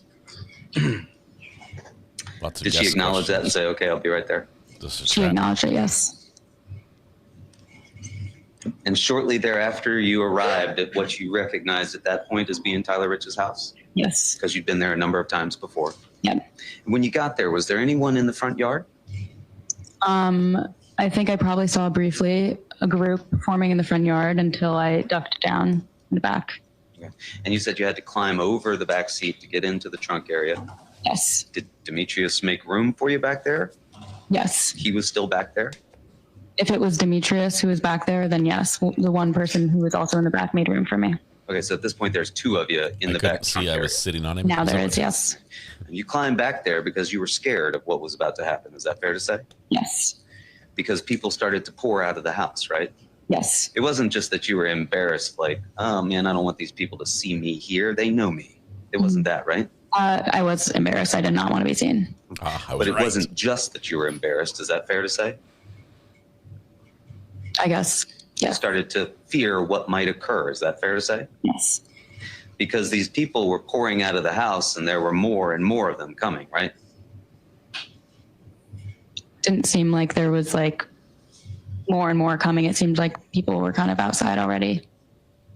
Okay. How many people did it seem like were there? 25 kids, maybe. Okay. But they weren't 25 kids when you pulled up, right?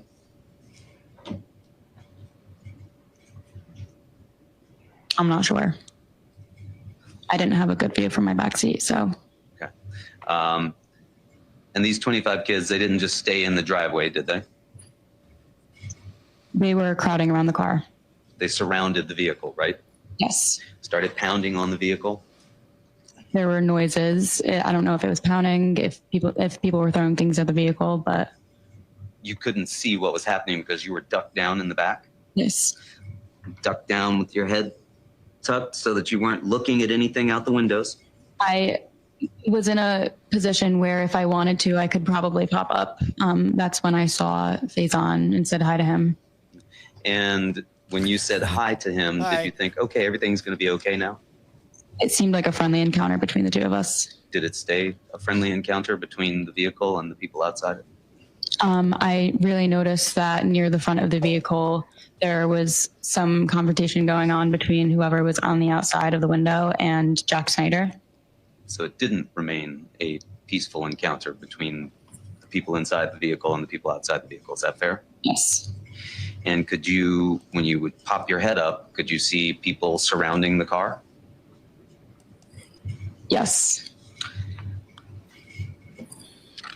Was Mr. Valle still seated in front of you now in the rear seat where he had been, where you'd previously been in his lap? I believe so. And was his window down? Yes. Was he screaming things out that window? I don't remember. Was Tyler Da Silva screaming things in the front? I think there was noise coming from some of the boys in the car who were in the first row and the second row. It was kind of combined noise from all of them. When people surrounded the vehicle, did you become more scared? Yes. Why? Because I couldn't see very well, but as the only girl in this entire environment, this is not a place that I wanted to be surrounded by a bunch of football boys who are big and scary.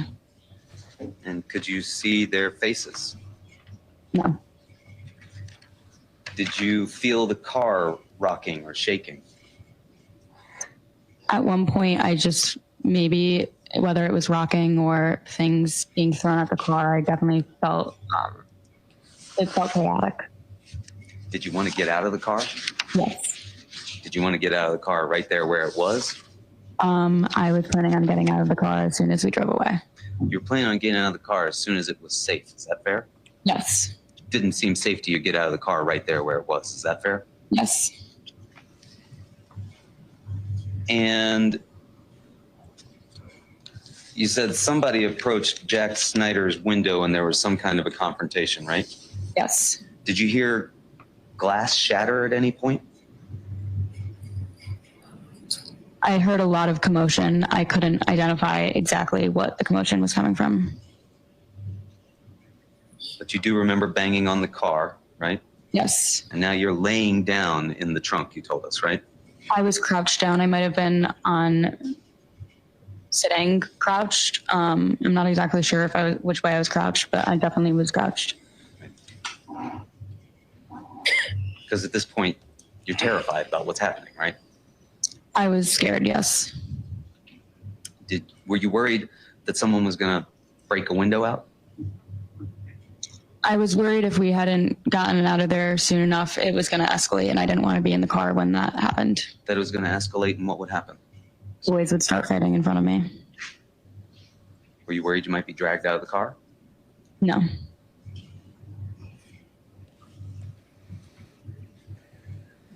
And you said this lasted a couple of minutes at the most? Yes.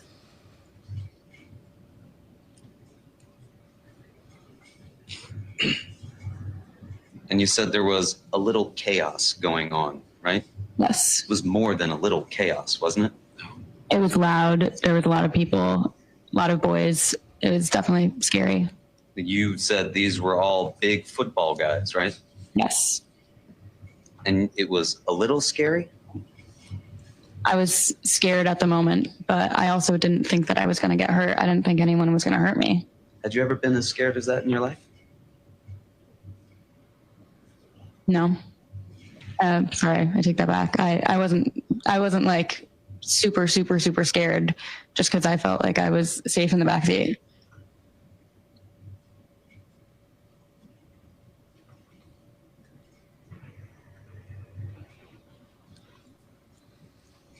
You felt safe in the backseat? Yeah, for the time being, I wasn't interacting with anyone outside. That's why you crawled into the trunk? And then at some point, the car drives off, gets out of this being surrounded situation. Is that fair? Yes. Did you feel relief? Yes. Great relief? Yes. Had you ever felt relief like that in your life?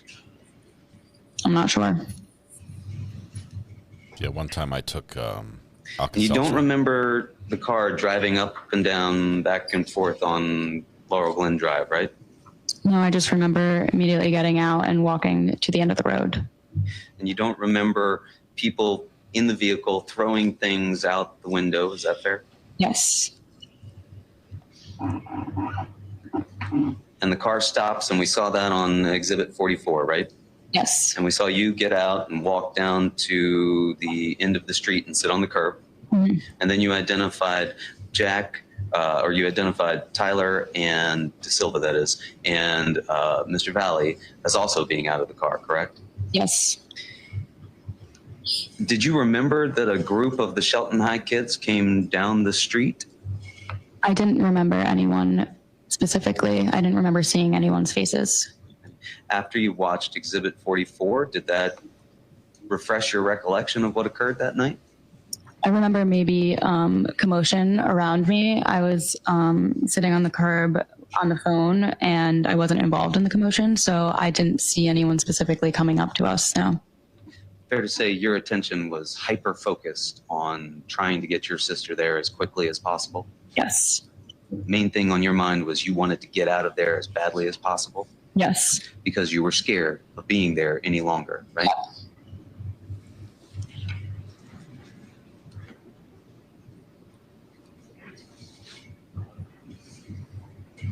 And you said you were very upset and angry, right?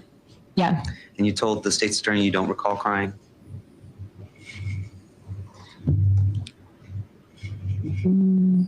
I don't remember for sure, but I cry a lot. So, I mean, it could have happened. Okay. And again, you were angry in part because you felt like Raul hadn't stood up for you when you had objected to coming here in the first place, right? It wasn't just about him. I was just angry at everyone in the car who decided to go there. Okay, but your anger, you told us before, as far as it was directed at Raul, was because he hadn't stood up for you when you'd objected and said, I don't want to go here. That was one of the reasons I was angry, yes. You were also angry with Jack Snyder and Tyler De Silva for having driven you over there, right? Yes. When you were in that car and it was surrounded by all those folks, was there any way for you to make that car go anywhere? No.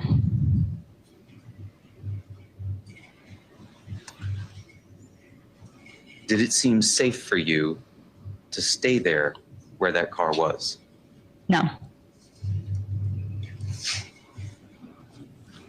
Did the folks on the outside of that car, did you feel like it was going to stop them, just the vehicle itself? Say that again? Sure. As they're attacking the car, did you think, we're safe, we're fine, these guys will stop? No, I wanted to get out of there. Did you see Tyler Rich at any point when the car was surrounded? I think I might have seen his face. If I saw a couple of faces, it would probably be him and Faison. Did you have any interactions with Tyler Rich? No. And once that car stopped, you said you crawled over the seat, right? To get out of the trunk area, right? I'm sorry, you have to say yes. Yes, sorry. It's okay. And that's when we saw you walking down the street. Yes.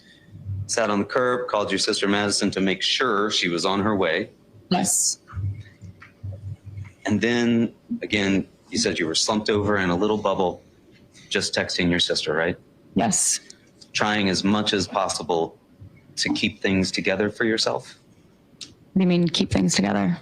To keep from panicking? I was trying to get out there as soon as possible. Okay, was some panic starting to set in? Did you feel panicked? Yes. Did you feel some anxiety? I was mainly just angry. Mainly just angry.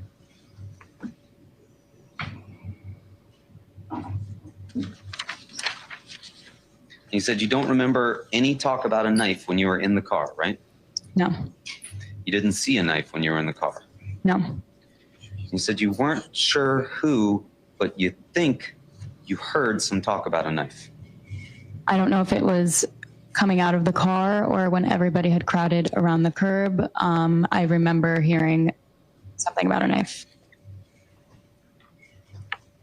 Was it Jack Snyder's voice? I don't recall if it was him. You don't recall if it was Raul's voice? No. You don't recall if it was Tyler DeSilva's voice? No, see, it was kind of a conversation that I was overhearing from. I wasn't directly like in that conversation. When you recall this conversation happening, how far away do you think you were from where it was occurring? Probably a couple feet. I was sitting on my own on the curb, but it could have been a couple feet away. Do you recall seeing any of the boys from your group around the car, inspecting the car for damage? No.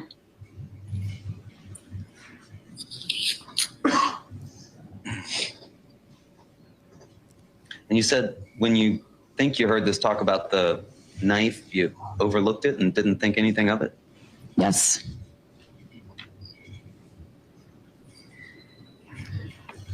You didn't hear anybody from your group making any threats about going back to the party to kill somebody? No.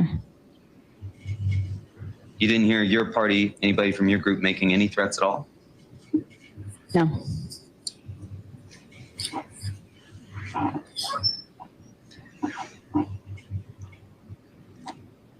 And you offered all of these boys a ride home? Yes. Except for Jack Snyder, right? Yes. Because Jack Snyder was the one driving the car, right? Mm-hmm. Jack had his own car. And at some point, did you see Jack Snyder drive the vehicle off and it left your field of vision? I just, from the video that I was shown, I saw that his car was driving maybe. I don't remember his car driving off. So was there a time when you were on the curb with the other people that had gotten out of the car and Jack Snyder wasn't there because he had driven off? I wasn't sure about his whereabouts. And you offered them a ride home with your sister? Yes. She wasn't there at that point, right? No. You couldn't see her anywhere? No.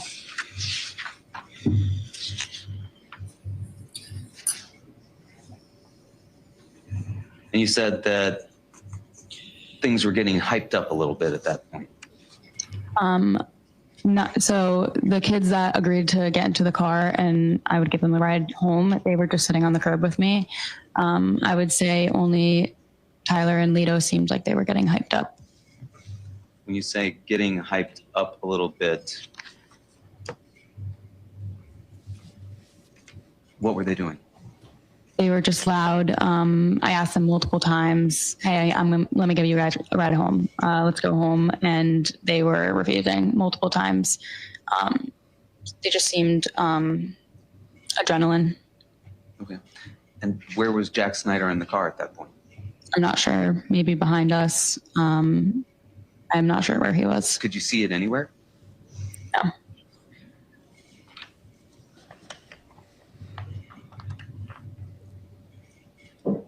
At some point, you became aware that the car had come back from wherever it had gone, that you didn't see it, right? I honestly wasn't paying attention to his car. I don't know where his car was at that moment. Okay.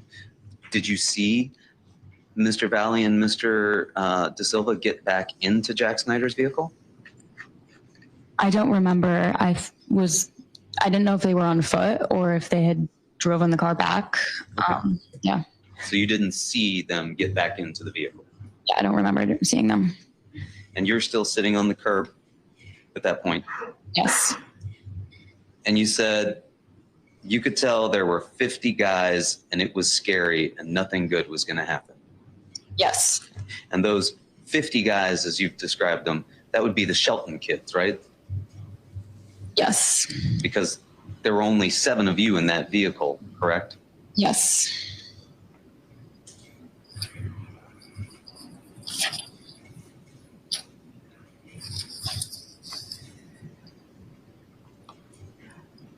And then as you're down there on the curb with Keenan Frasick, Dimitri Arofanis, and Will Sinjwald, you told us you heard noise from 43 Laurel Glen Drive, right? Yes. But you couldn't see anything, right? No. Because you were that far away? Yes.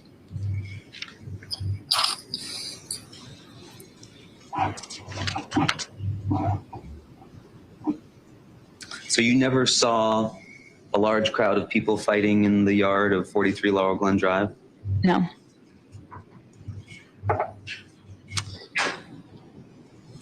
But while that's going on and you can't see anything, but you can hear it, you're still on the curb waiting for your sister to come. Yes, at the other end of the street. Are you getting panicked at that point about when is she coming? Is she coming? No, I think I had her location, and I thought she was like a minute away, 2 minutes away. Oh, okay. You could see on your phone where her location was. Yeah, if I didn't have her location at that point, I had just asked her, texted her where she was. And she was also familiar with this area from the same way that you were, because families had grown up and that sort of thing? Yes. And when she pulled up, you still could not see Mr. Snyder, Mr. De Silva, or Mr. Valle, right? I didn't see them like face to face, no. And you got into the car in the front passenger seat. Yes. Your sister drives or at that time drove a Volkswagen? Yes. And Mr. Frasick, Mr. Arfanis, they get into the back seat, right? Yes. You said Mr. Sinjwald, he was waiting to see if his girlfriend was going to come pick him up. Yeah. So you guys are kind of sitting there waiting for that to resolve itself as far as Mr. Sinjwald's ride. Yes.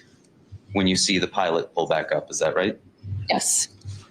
And Mr. Valle got out and you said he came up to your window? I didn't, by the way, see the pilot drive up. Okay. I saw Lido somehow appear next to the passenger side window. Okay, so you didn't see the pilot. You just saw Mr. Valle appear there to the side. The pilot was in front of me. I didn't see it like come back towards me or anything like that. Okay. And he asked, Maddie, can I get a ride home? Yes. And then you said he got into the back seat, right? Yes. How quick was that interaction?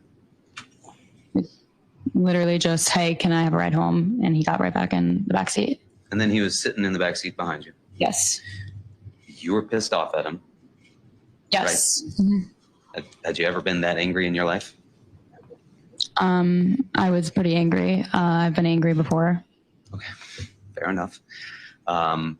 You were at least so angry that you didn't want to talk to Mr. Valle. Is that fair? Yes. You didn't want to look at Mr. Valle. Is that fair? Yes. And so you didn't look at Mr. Valle. Correct. So you didn't have anything more than this quick interaction with him at the window in order to observe him at all. Is that fair? Yes. So you couldn't see whether or not he was injured. Correct. And on the ride, you said the music was up, playing loudly. Mm-hmm. Oh, to be young.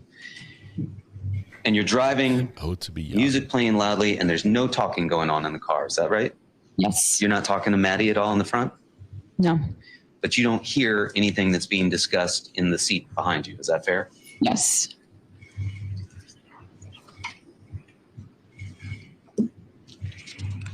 And then Maddie takes and drops off Keenan and Demetrius together in Trumbull. Yes. How long did that take to get there? 5 minutes. That was close. Yes. And then you went to take Mr. Valle home, right? Yes. 15 minutes max to get from Trumbull to Milford. Mm-hmm. No talking. No. You're still angry. Yes. You got there, dropped him off. You still didn't want to talk to him. Yes. You say he asked you to step out. You just ignored that and left, right? Correct.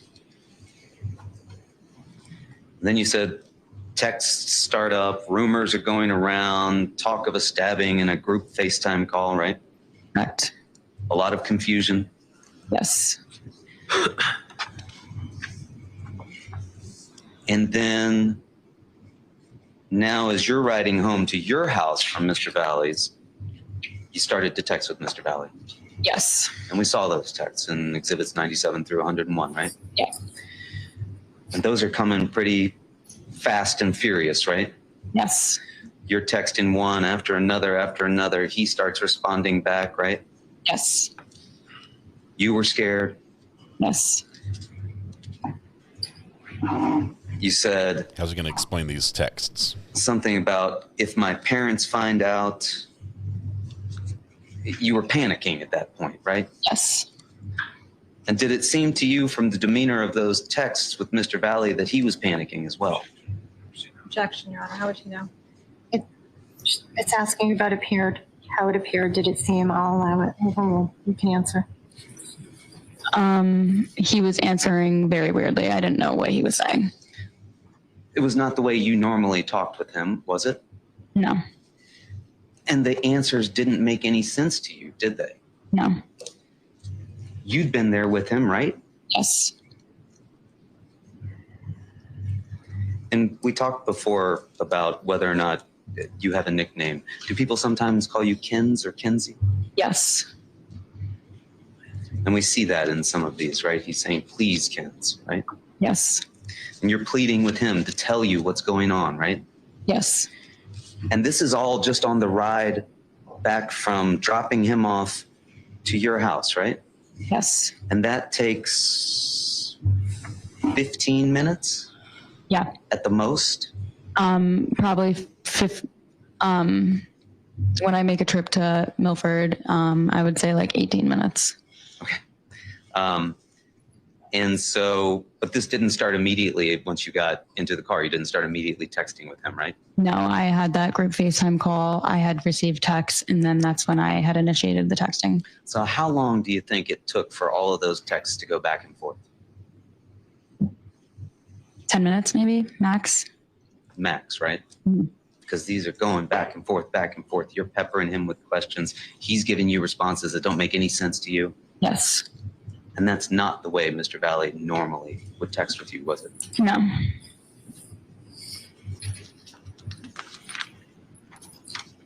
you said, so scared, what's going on? I won't tell anyone, I swear, right?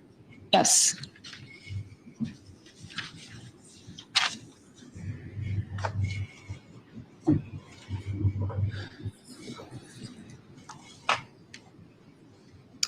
And you said that when you'd been together earlier in the day, he hadn't mentioned anything about going to Florida. No. Were you aware that there was a plan for the family to go to Florida? No. And you called him, you said, and he answered and talked to you for 2 minutes? Yes. And his demeanor when you were talking to him, did he seem panicked? He kept saying, nothing's going on, nothing's happening. Stop panicking, nothing's happening. Did that seem scared to you? That was very weird. I didn't know what was going on. Didn't make any sense to you, did it? No, it didn't.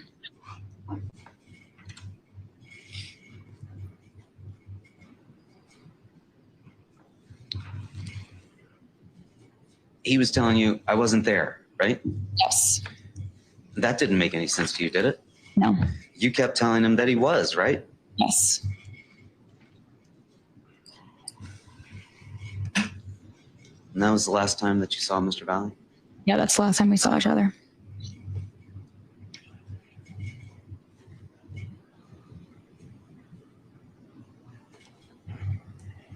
And you told us that was the worst night of your life, right? Yes.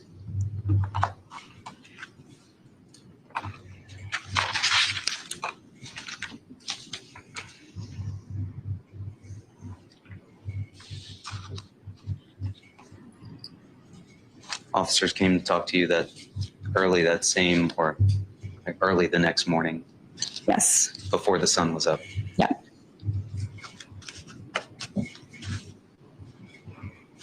And you told them everything that you knew about it, right? Yep. Thank you. There we go. Was that the final witness for the state? No redirect, John.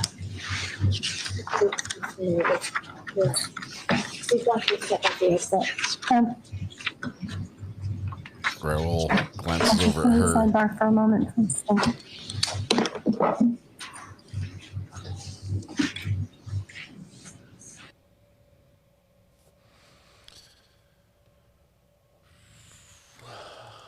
Sloth Life just gifted a membership. Thank you very much. We've got sidebar. I think it's probably a scheduling concern. It is 3:30 here. Trying to figure out what we're going to do. Guess now he knows it's official. They're broken up.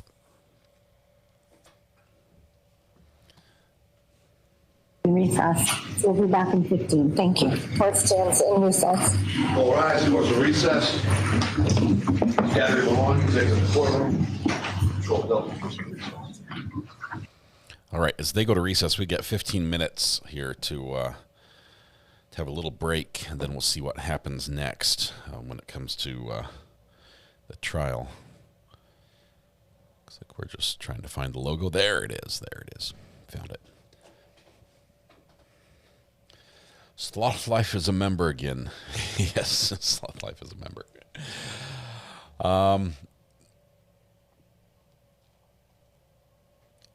What do we think? What do we think of the girlfriend's testimony? I think probably one of the most believable youth that are involved in this trial thus far, for me. I think we've seen very clearly that a lot of people saw the same events from a little different perspective. Some people caught some details, some people missed some details. Her number of how many people were involved in the final fight being 50, that's huge. That's grown a lot from 10 to 15 to 20 to 30 to 40 to 50. That's a ton of people.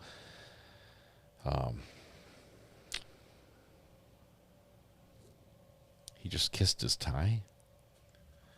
What? He kissed his tie? Stop. Now I need to look at the replay.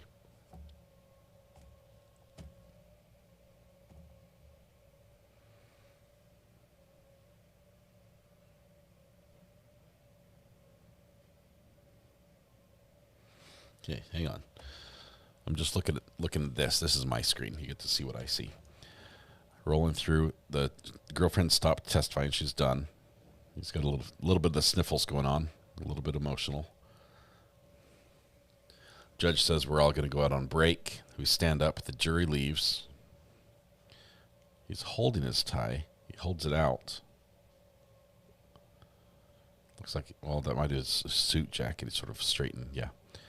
Buttons up his suit jacket. Don't see any kissing of the tie there. I didn't see it. I didn't see it. A little before that. Now I have to rewind. Hang on. I'll bring you guys with me just one second.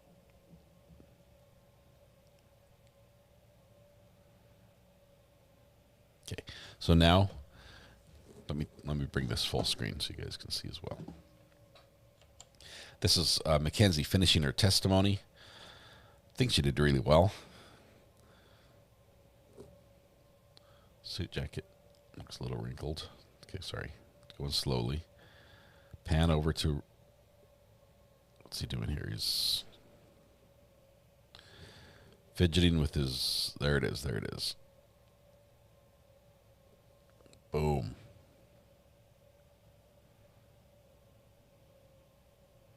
I don't know what that is. He grabs his tie and sticks it to his mouth. Yep, he kissed his tie. I stand corrected. He kissed his tie. Thanks for catching that. Maybe the girlfriend gave it to him. She bought him that tie. Maybe it's his lucky tie.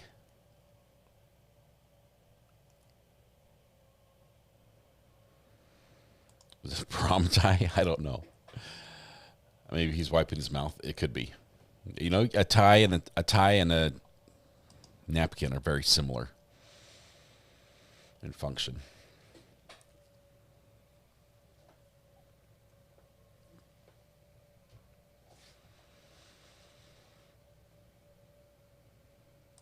Probably just self-soothing.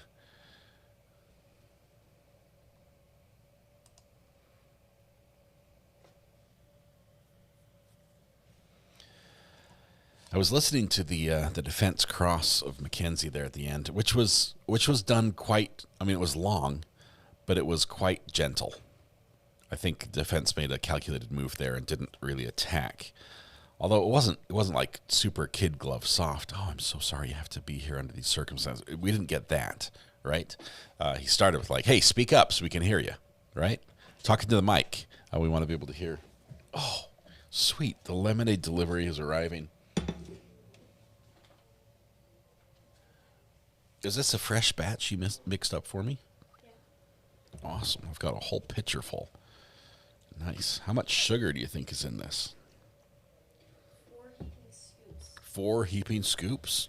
I mean, over, like, Here you go. 4 and, like, maybe 3, probably 2 to 1 quarters of a quarter. 4 heaping scoops and 2 to 1 quarters of a quarter? Wow. Should be tasty. Thank you, bud. Appreciate that.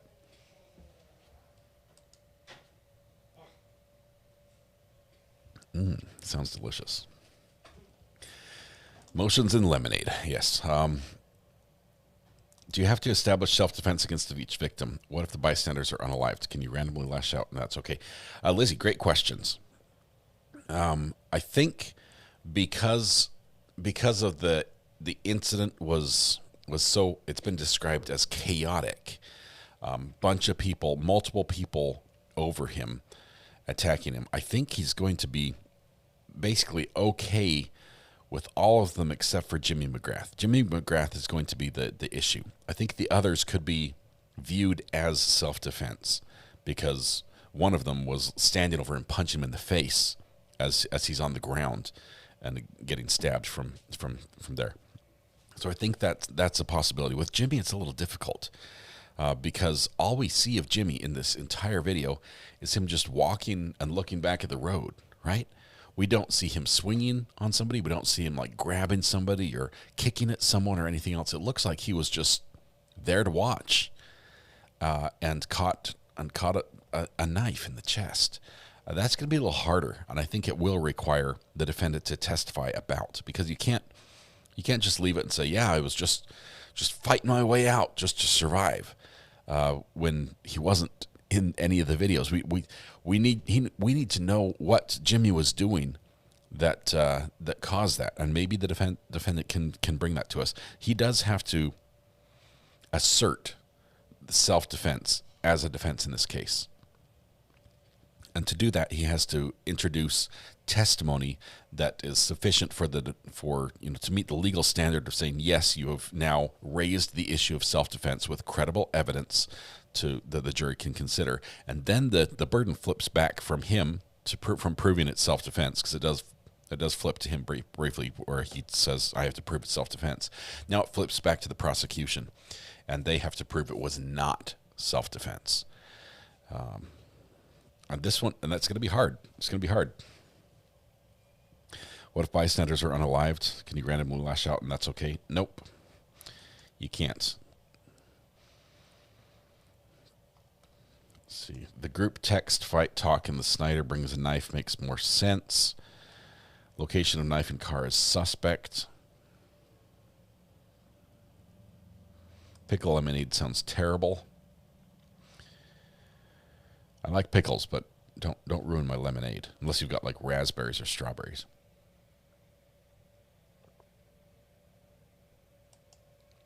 I heard they was walking away and suddenly jabbed Jimmy. I've heard that story as well, but it's been outside the testimony that we've heard in court. So we have to look at this from the viewpoint that the jurors have, because that's how they're doing it. They're just receiving the evidence in court. We have not heard that Jimmy was just walking by and caught, one more, and for good measure, you too, type stabs. We don't know how it went down.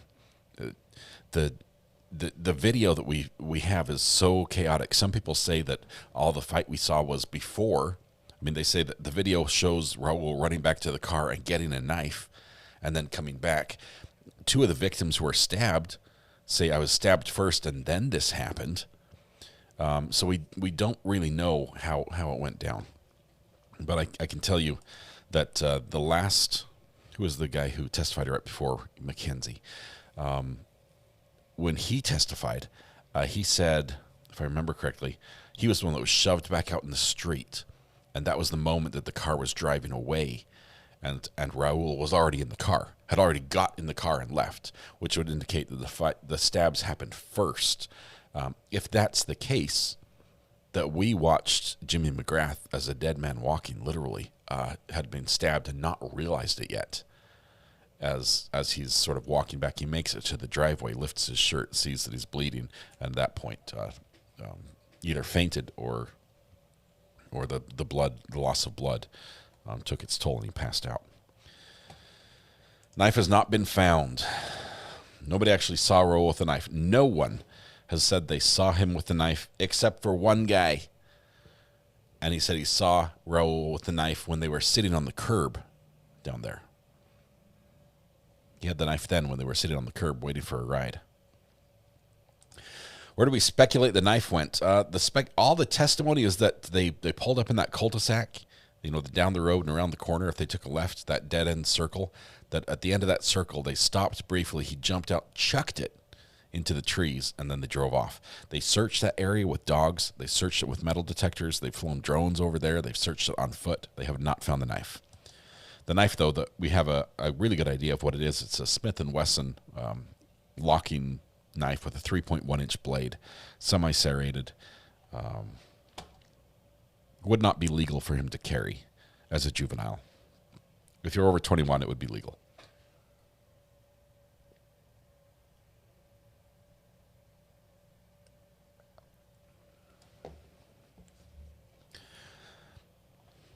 The idea that somebody went and picked up a knife ahead of time,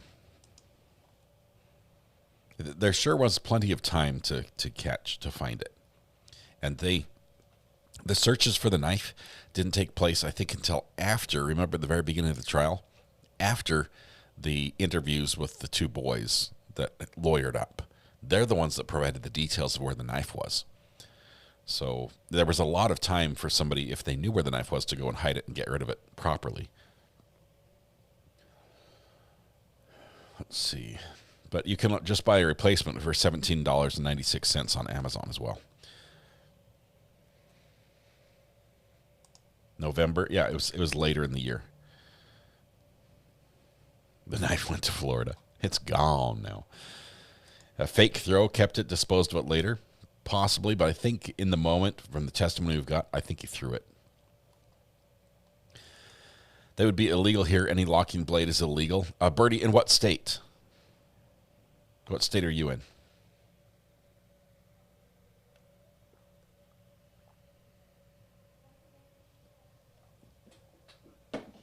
That lemonade is delicious. It's so good. Are you in Connecticut, Bertie? Oh, in England. Okay. Yeah, the Chloe has the knife. Okay. I'll let Chloe be. It would be illegal probably in, I don't know, California, maybe. But most states, that type of knife is legal. I've had one very similar to that. Mine was made by Gerber. I think I've had a Benchmade, which is a sort of a higher-end version of that. The Smith & Wesson is not really expensive, but it's a nice knife. This is random, but for real, has anyone tried the spicy dill pickle goldfish? Yes, I did, and they're not bad. They're not terrible. I do like them. But if you get the small bag, I would not recommend trying to eat the whole thing in one sitting, because the flavor does, I guess it sort of builds on you a little bit, and eventually they start getting bad. Let's see. Stranger could have found it. Possible.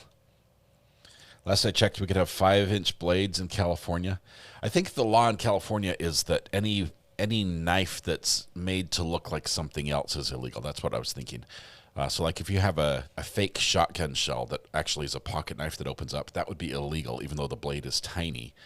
You can't have knives that are concealed to look like something else in California.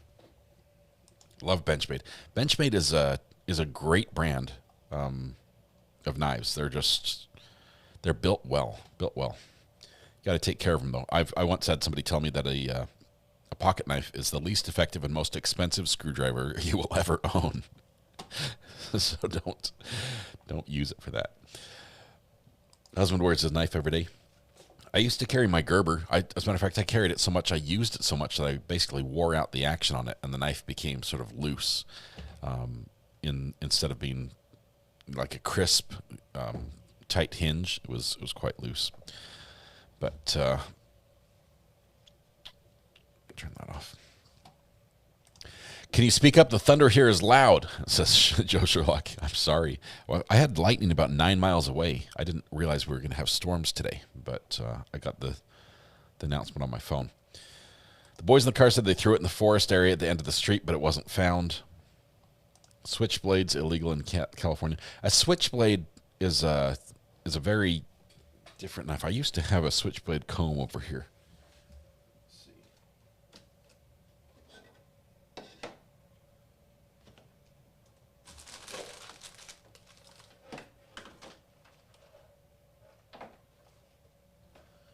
I don't know where it went. I used to have a butterfly knife comb. It was a comb, butterfly comb, and a switchblade comb over there. Both, I think, would be illegal in California. The butterfly knife is a knife that has the handles are both on hinges and they swing, so you can swing the knife open and get really flashy as you spin the knife around and open it up. It looks like you're going to cut your fingers off at any given moment, and you probably could. But the switchblade is generally a knife that's handled where you push the button, you push a switch, and the knife pops out. Those are illegal in a lot of states. Both that knife and a knife where you push the button and the knife shoots out directly, like spring-loaded through the handle, also illegal in many places. So don't recommend those. They are cool to look at and play with. I'd get the comb version if you want it. But they're not really, I don't think they're really functional. They're more flashy and dangerous. I have a butterfly letter opener. Not sure if it's actually illegal or not. Don't show it off. Don't wave it. Don't take it to a fight. Don't carry it. My teenager has a butterfly fork and a spoon set. I think we're coming back from court right now, so we got to finish. When are they back? Right now, Judy.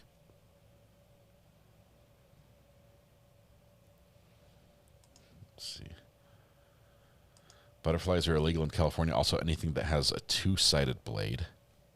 Two-sided double edge, sharp on both the top and the bottom.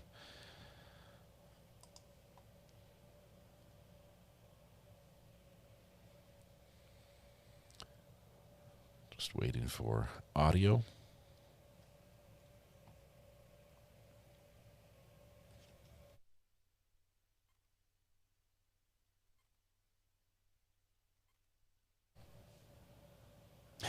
I'm pretty sure it's illegal now. Probably was then too. I walk around with a Japanese katana. Here we go. Jurors coming back in. Let's see what happens on the prosecution. Counsel, please stipulate to the presence of our jury. All right, I'll ask this. It's been stipulated, Your Honor. They came in a different order than usual. Threw me off. All right. So at this point, I would ask the state to please call its next witness. Thank you, Your Honor. The state calls Taylor Capella to stand, please. Got another witness, Taylor Capella or something like that.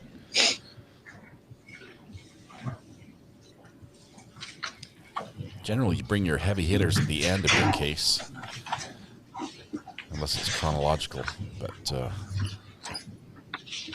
Good afternoon. Please step up into the witness box. Please remain standing or touch the picture under. Thank you. Thank you, Your Honor. Please raise your right hand. Do you solemnly swear or solemnly and sincerely affirm, as the case may be, that the evidence you shall give concerning this case shall be the truth, the whole truth, and nothing but the truth, so help you God, or upon penalty of perjury? If so, please say I do. Thank you. Please state your full name, spelling your last name, and address for the record. don't need your address. Thank you, Your Honor. Hi, Taylor. How are you doing today? How are you? I'm good. I think, as I explained before, when we met previously, that this courtroom was very, very difficult to hear. There's a lot of fans going on. Just keep your voice up as much as possible. And then also, if you can sit close to the microphone, that'd be great. Okay? And if you need to take a break anytime, water, whatnot, just let us know. Now, Taylor, how are you feeling today? Nervous. Nervous? And why are you feeling nervous? Just because it's reliving the most chaotic, traumatic day. Now, Taylor, how old are you? 19. And previous to today, do you recall us meeting and speaking? Yeah. And why did we do that? In this case? Did we go over your testimony? And did I tell you to just tell the truth and nothing but the truth? Did I tell you what to say to you today? Are you prepared to testify today? Yeah. Do you go to school, and if so, where do you go? I go to East Carolina University in North Carolina. And other than in school, ECU? you In live in Greenville? Charleston, Connecticut. And She's who do you right live here. there? I live with my parents. And what year are you in school? I'm going into my junior year. And what is your major? I'm a criminal justice major. Oh, sweet. What are you doing for the summertime? Are you out of school? Yeah, just babysitting right now while I'm home. Go Pirates. And other than withdrawn, how Other than long have you been withdrawn. living in Charleston for? Your whole life? My whole life. What high school did you attend? Shelton High School. And what year did you graduate Charleston High School? 2023. Directing your attention to the year of 2022, were you a student at Charlton High School at that time? Yes. And what year were you? I was a junior. So you were a rising senior? Yeah. And I'm going to direct your attention specifically to May 14th of 2022. Do you remember that day and why? I do. It was probably the worst day I've ever experienced. It was just a lot. And I lost a very close friend that day. You can direct your attention to the nighttime hours of May 14th of 2022. Do you need a moment? Sorry. It's okay. Just breathe. Take a sip of water if you need to.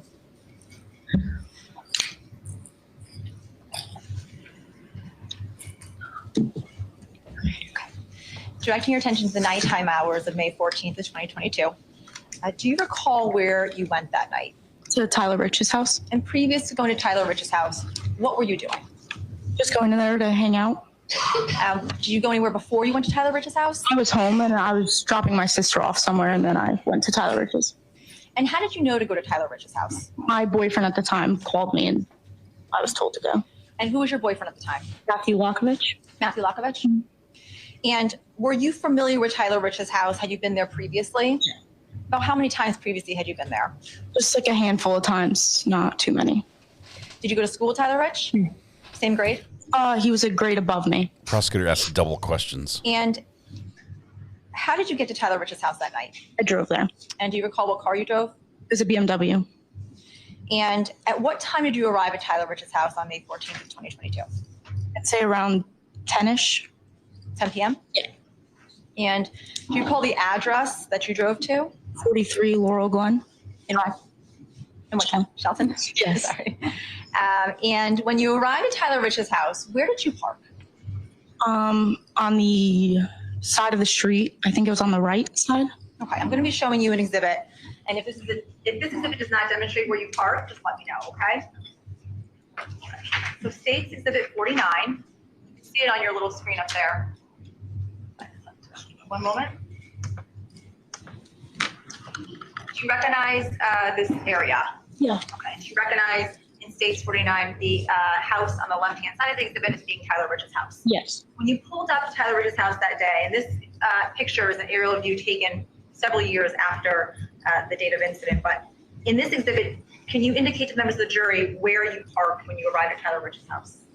I believe it was like right to on the right side where these like green at the bottom where the green bushes are. I'm going to use a pen indicating on States Exhibit 49. Let me just verify if that's what this is. Yep, 49. You said the right to the bushes. Did you indicate? Are you indicating these bushes right here to the bottom of the exhibit? Yeah. Okay. So did you park along the curb area of Yes. States 49 near the bushes, near the trees? Okay. And when you arrived at Tyler Rich's house, did you go into the house? Yeah. Okay. And if you explain to members of the jury how you got into Tyler Rich's house. If you go like past that in between the blue truck and the white truck, like there's and go all the way to the back, there were cellar doors right there. Okay, so I'm going to show you States 9. Do you see the area? I can zoom in a little bit. Do you see the area where you went into, how you accessed and got into Tyler Rich's house that night? Yeah, it's like through this little opening right between that tree and the bush. Okay, so I'm pointing to States 9. I'm directing my pen. Just tell me when to stop. Right through there. Okay. And through this area here on States 9, you're indicating there were cellar or Bilko doors there. I'm going to point to it and you say yes. When you got to the Bilko doors led into a basement area. Yeah. And when you got into the basement area of Tyler Rich's house, how many people did you see there? 20, 25, maybe. And did you recognize everyone there? Majority, some of them, yeah. Most of them, if not all of them, attended what high school? Shelton High School. Was there anyone there who did not attend Shelton High School? Not that I know of. Can you give us some names of people that you recognized or that you saw there when you got there? Matlock, Tyler Rich, Ricky Fiola, Faison, Lily Lombardi, Izzy Silvis. Did all of those individuals go to Shelton High School? Yeah. Did you see an individual by the name of James McGrath? I did. I'm showing you what's been marked as states 57.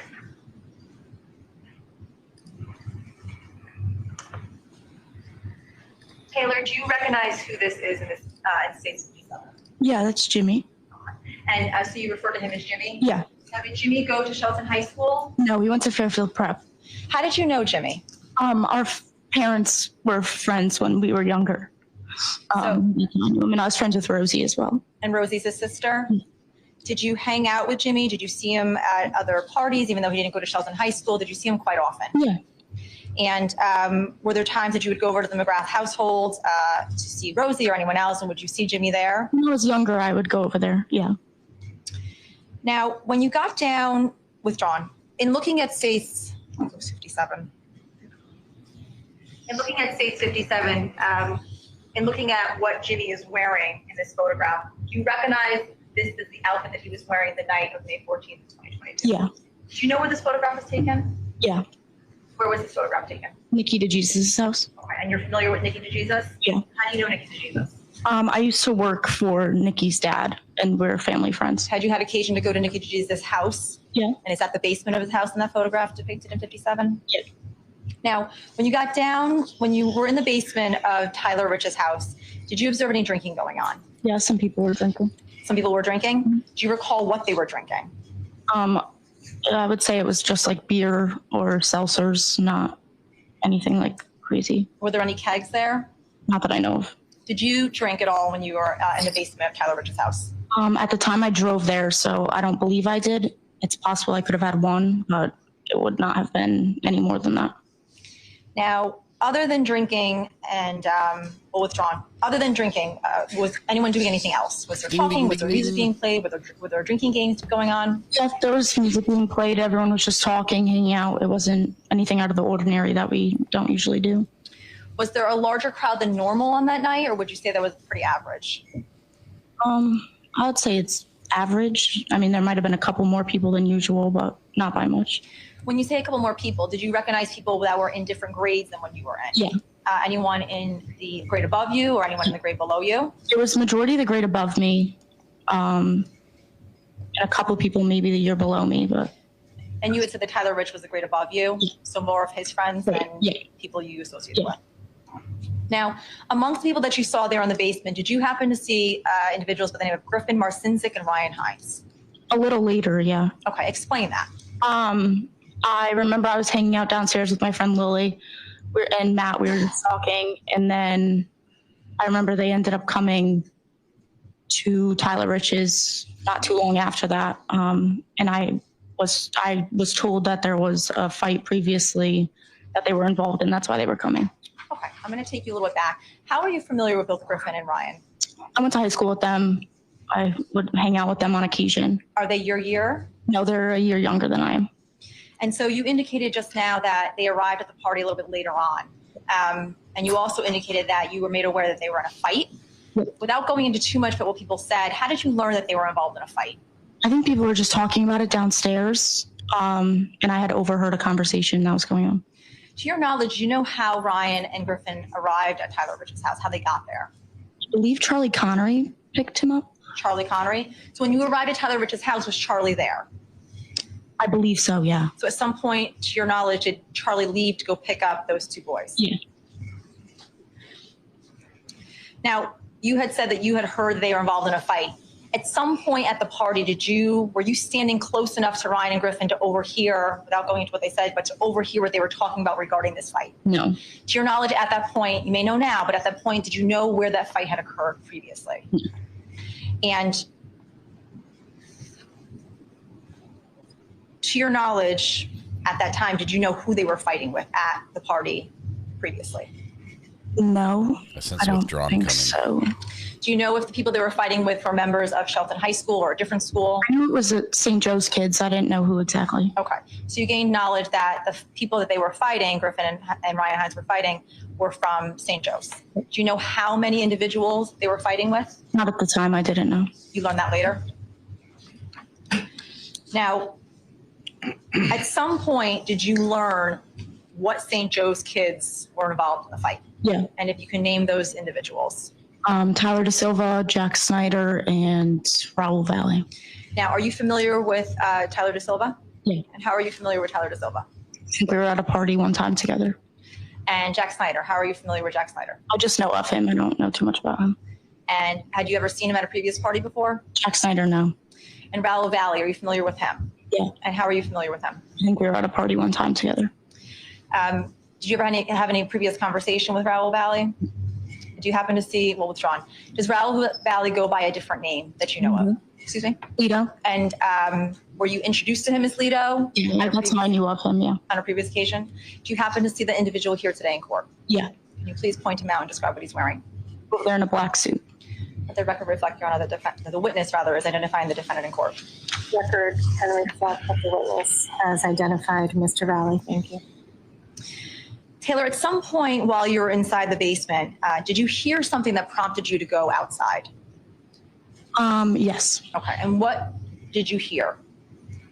The first time? Yes. So I was outside the first time because it was hot in the basement. So I had went outside, and that's when the car drove by the first time. Okay, so just so I can understand you, so you're indicating that at some point you left the basement area and went outside because it was hot? Yeah. While you were standing outside, were you withdrawn? Were you outside with anyone else when you went outside? I think I was with Matt. Matt Lockovich?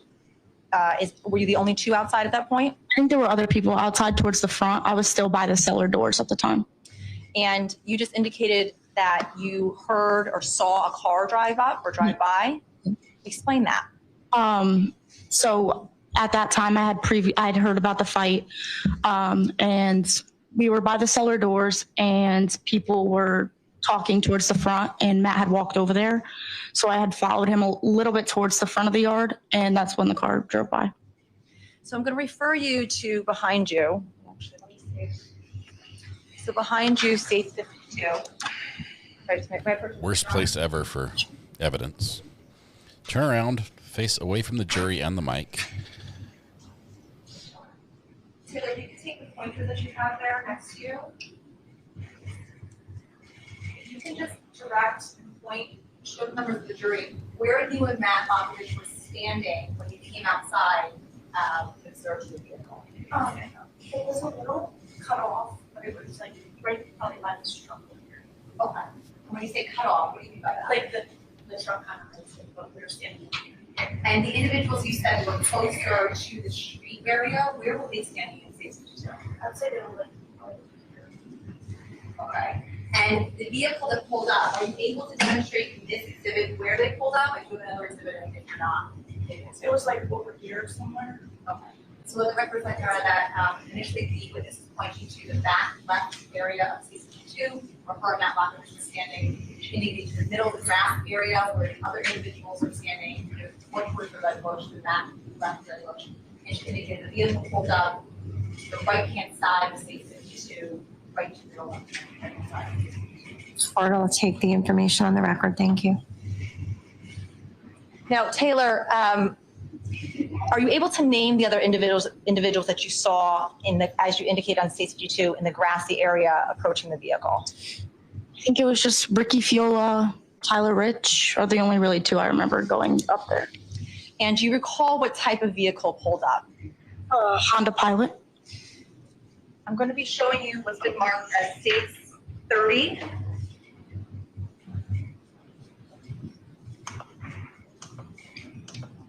Taylor, does state 30 resemble, or is that the vehicle that pulled up in front of Trevor Rich's house that night? Yeah. And explain what the lighting was during that time. Were you able to see clearly? Obviously it was nighttime, but were there any lights that were illuminating the area? It was dark outside, but it wasn't dark to the point where you couldn't see who was in front of you. There was lights in the driveway, flashlights. And when you say flashlights, do you mean people had their phones? Yeah, like on your phone. Now, how many individuals were withdrawn? At some point, when you saw this vehicle pull up, did you notice anyone else from inside the basement coming outside to approach the vehicle? I think maybe a couple people might have come outside. I don't know exactly who. From withdrawn, where you were standing, did you ever leave that area to get closer to the vehicle, or did you stay in that location? I stayed out there for maybe a couple seconds and then went back inside after that. So from your vantage point, were you able to see how many individuals approached the vehicle? No. Were you able to hear anything from what was being said from the people that were outside the vehicle or anyone from inside the vehicle? No. Were you able to see who was inside the vehicle at this point? Not at that point. Did you get a sense at all of what the vibe was or the atmosphere was when you witnessed the Shelton kids from the basement coming outside and approaching the car? It didn't seem like they were like extremely mad or trying to cause a problem. It's not like they came sprinting outside and chasing after the car. They walked out of the basement casually and went up to the car, or went up to the front yard at least. Walking. And you couldn't hear anything that was being said. And you said you stayed outside for a couple of seconds? Yeah. And then you went back into the basement? And why did you do that? I didn't see a need to stay outside. Went back inside. At some point, did you learn of who was in that Honda Pilot? Yeah. And from what you were made aware, who was in the Honda Pilot? Tyler Da Silva, Jack Snyder, and Lito. Anyone else that you know who was in that Pilot? For sure. And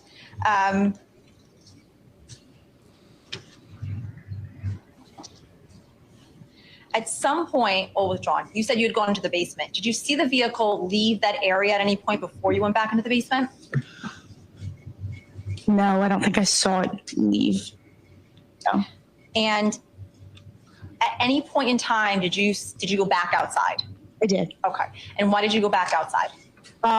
People started going outside. I'm pretty sure that someone said something that like caused me to go outside. I can't recall exactly. And I went outside, and that was when people started walking up the street. And I started walking up there as well. Okay. So I'm going to take you back a little bit. So you had said you went back outside. At any point in time, did you see the Honda Pilot driving up and down the street?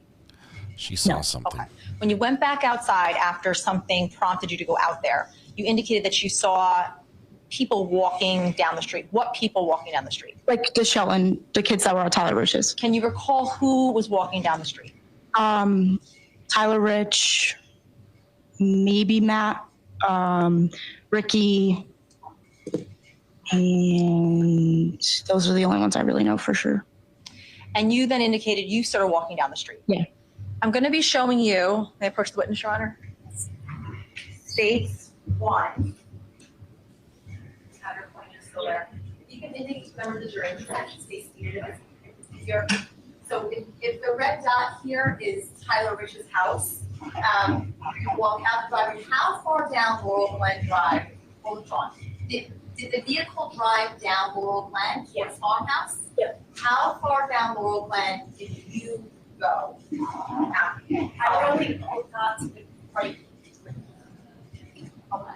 So in the record reflects Your Honor that this is pointing to a quarter way down Laurel Glen. Do you recall what was around you when you stopped? It was just like these, I remember these trees with this. So she didn't go quite as far as everybody else. At that time. I was by myself. And from your vantage point, were you able to see anything up Laurel Glen or the farmhouse? You could see that there was a car parked somewhere over here. Record reflects the witness pointing about 3/4 of the way down Laurel Glen. And there were some people standing and sitting on the side of the road behind her. Did you see any of the Shelton High School kids, anyone from the party running after the vehicle? No.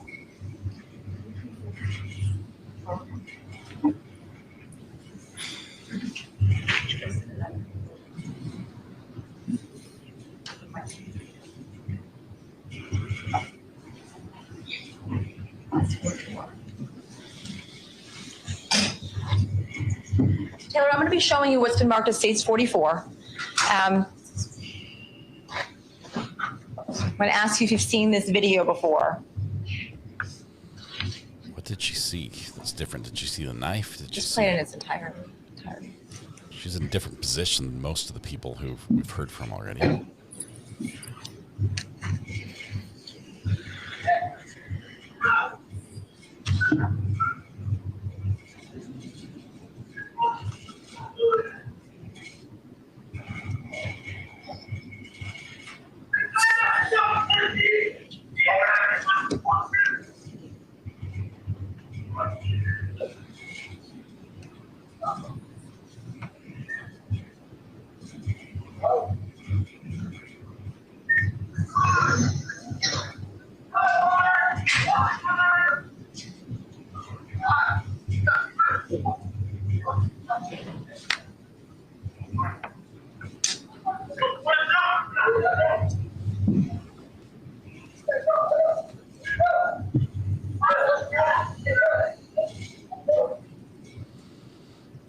Now, Taylor, have you seen this video that's depicted in Stage 44 previous to today? Yeah. Okay.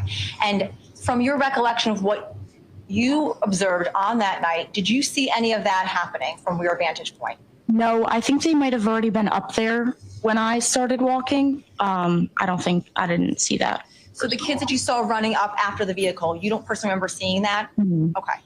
And did you hear in Stage 44 something being thrown at the vehicle? Mm-hmm. Do you recall seeing or hearing that? Mm-hmm. Previous to the car leaving Laurel Glen in front of Tyler Rich's house, do you recall any things being thrown at the vehicle or things being thrown out of the vehicle from where you were standing before you went back into the basement? Yeah, I remember things were being thrown from the car at the car. It was just like a both way thing. And is that before the car drove down Laurel Glen? Now, nobody in the car remembers anything being thrown from the car. The area you depicted in States Lewis 52, where you indicated you walked up towards the vehicle. How long did you stay in that area for? Like probably not even 3 seconds, and then I turned around and walked back. Did you have any interaction with anyone other than maybe your boyfriend at the time? Mm-hmm. And when you came back, withdrawn. When you came back down towards Tyler Rich's house, who were you with at that point? I went back inside, so I was with everyone who was in the basement. Did you walk back alone, or did Matt? I walked back with everyone. Okay. And so, to your knowledge, did Matt Lockovich stay up there? Yeah, because he wasn't in the basement when I was. But I wasn't even for sure that he was up there. I assumed he was up there because a bunch of Ricky and Tyler are his friends, so I assumed he was up there.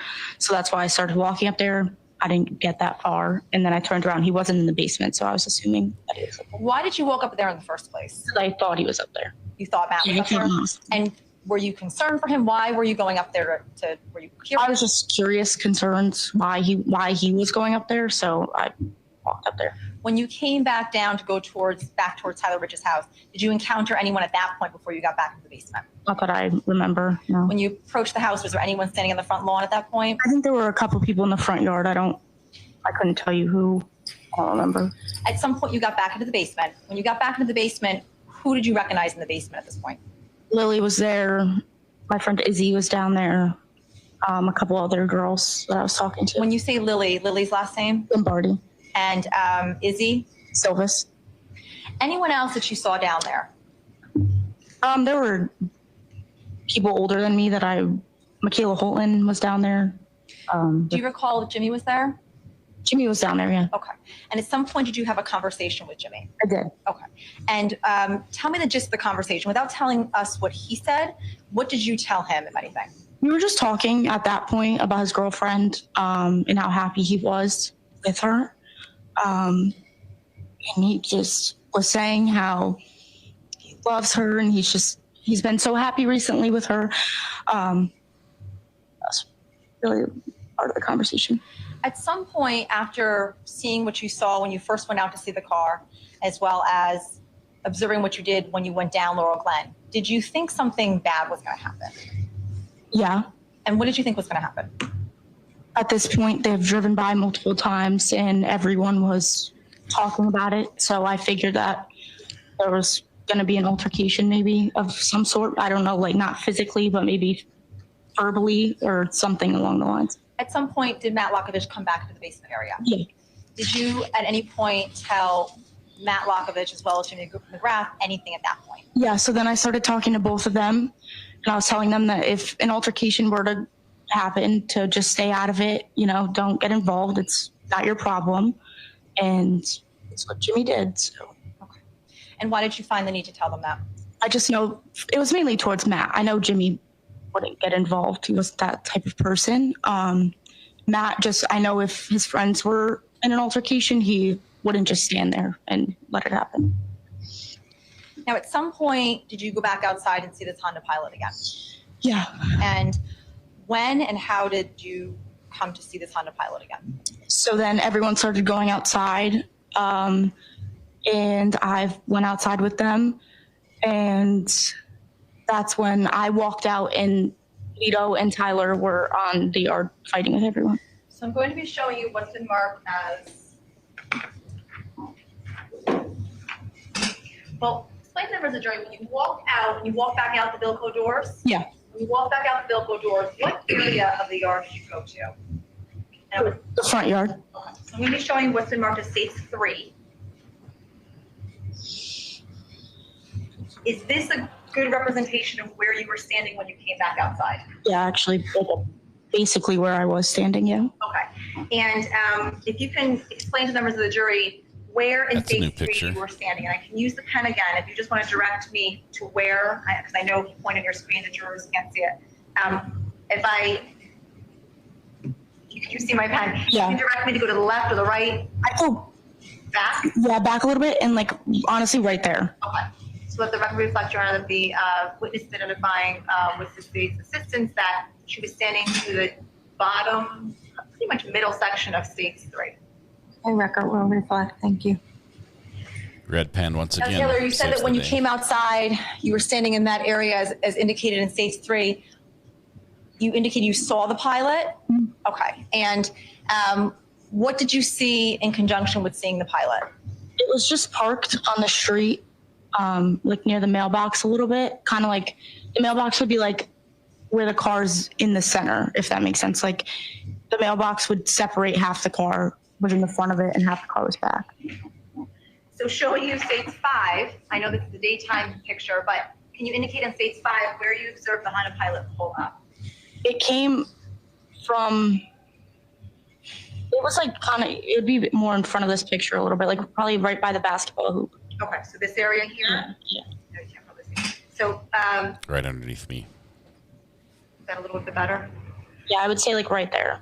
Okay, so Your Honor, let this record reflect that the witness is identifying that the pilot pulled up to the left-hand bottom side of Stage 5 towards the, a little bit off from the curve area of Stage 5. Thank you.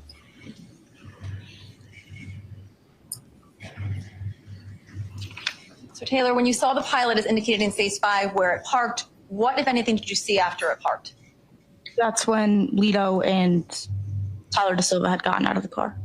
And where did you observe them going when they got out of the vehicle? Onto the grass. And at that point, did you have anything blocking your view? How was the lighting? There was flashlights on. Again, the garage had the light on it. So I could see clearly. There wasn't a lot of people standing in front of me, so I did have a clear view, yes. You had indicated you were familiar with both Tyler DeSilva and Lito, the defendant. Do you recall what they were wearing that night? They were both kind of wearing the same color. I'd say it was a lighter blue, like the color of this, maybe a little lighter. Were you able to clearly identify at that point with the lighting and where you were standing who was who? Yeah. Do you recall, if you can, where was the defendant standing and where was Tyler DeSilva standing? And I don't know if Stage 3, if you'd rather me use Stage 3, or if there's a different exhibit that you think would help you out here. I would say Tyler DeSilva was up closer to the, on the grass near the bush. And Lito was behind him, farther towards the road more. Okay, so you're indicating here that, say that again, please? That Tyler DeSilva was up more, towards the bush a little bit. Okay. On the grass, sorry. Maybe up a little more. Yeah, right over there. And then Lito was behind him. Behind him, so even further over here. It's a little dark. I can't really see if that's still. Why don't you give her the exhibit and let her take a look at it over here? Perhaps she could point it out. That's a novel idea. Would this exhibit help better? States 5. Yeah. So they ran up onto the grass, and then Tyler DeSilva was closer to the red bush. Right. Yeah. Over the, like closer to that bush, and then Lito would be behind him, so closer to the road. Okay, so more towards this area. Yeah. Okay. And when you came out, you observed Tyler DeSilva and the defendant. What did you observe them doing? When I came out to the point, they were fighting at that point. They were in the fight at that point. When you say they, who's they? Tyler DeSilva and Lito were fighting the Shelton kids. When you say the Shelton kids, can you recall from where you were standing, or were you able to observe from where you were standing, who from the Shelton kids, who from the house came out to fight? A bunch of us were out there, kind of just standing there, like most of us were just watching. I believe Alex Bernstein was near Tyler DeSilva, and I'm not sure who Lito was fighting with at that point. Is it fair to say that when you came out, well, with John, is it your testimony that when you came out, the fight was already in progress? Okay. So is it fair to say that you did not have any kind of firsthand knowledge about who threw the first punch or how the fight started? And explain as much as you can when the fight started, or when you came out and saw the fight, what was going on? What was the environment? It was just chaotic and a lot going on at that point. People just standing there, some of them fighting. Everyone was kind of just everywhere at that point. Were all the Shelton kids fighting, or were some observing? No, a majority were watching. I think only a couple kids were fighting at that time. And who were you standing around when this fight was occurring? I was next to Michaela Holton. Michaela Holton? And who's Michaela Holton to you? She's one of my friends. She's friends with my sister. They cheered together. Was she dating anyone who was involved in this fight, or who was there? Yeah, Andrew. I don't know how to say his last name. Starts with an M. Was he Mr. Letus? Yeah. Was he present there as well? And do you recall seeing Tyler DeSilva during this fight? Yeah. Do you recall seeing the defendant during this fight? Yeah. And at any time during the fight, did you hear anything about a knife? Yes. And if you could please explain to members of the jury what you heard at that point. I heard Charlie Connery screaming, "He has a knife, he has a knife." And are you familiar with Charlie Connery? Yeah. Are you familiar with his voice? Yeah. Were you able to tell it was him? And when you heard "he has a knife, he has a knife," what was going through your head? I was just like, oh my God, what's going on? I'm talking about he has a knife. Did you know who he was referring to when you heard "he has a knife"? Well, that's at the point where I saw,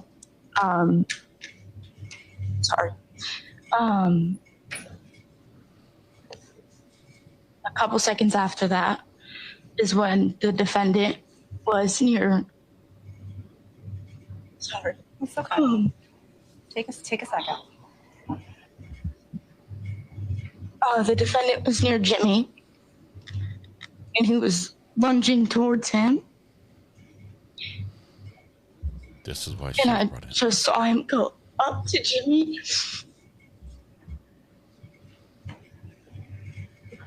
And Jimmy stays there for like 2 seconds. And I looked over and saw Tommy with, there was a flashlight pointing down on Tommy's leg. And he had blood all over his leg. And I looked back at Jimmy, and at that point his shorts were just all bloody. And I just stood there. I didn't know what to do. Okay, Taylor. I know this is really difficult. I'm going to have to take you through it a little bit just so you can give some more detail about what you saw, okay? So you indicated that She saw him stab you Jimmy. heard Charlie That's Connery crucial. indicate he's got a knife, he's got a knife. Yeah. And at some point you indicated you had realized that some of the Shelton kids had gotten stabbed. Is that right? And who did you become aware that got stabbed? At first, it was Tommy that I was aware of. Okay. Who else did you become aware that got stabbed? At that point, I didn't know anyone else. I didn't see anyone else. At some point during the night, did you learn that other people had gotten stabbed? Yes. Who were those individuals? Ryan Hines, Faison Teal, Jerry McGrath, and Tommy Conner. And did you personally see Tommy, Ryan, or Faison get stabbed? No. May I first the clerk, Your Honor?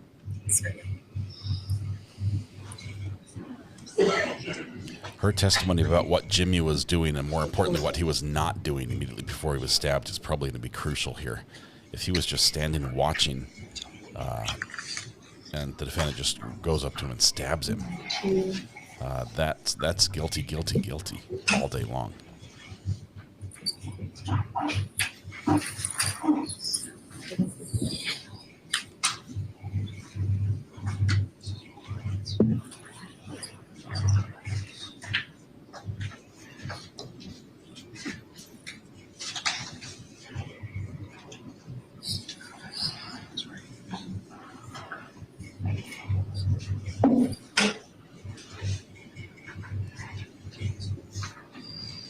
I could see a mixed verdict happening in this one, for sure.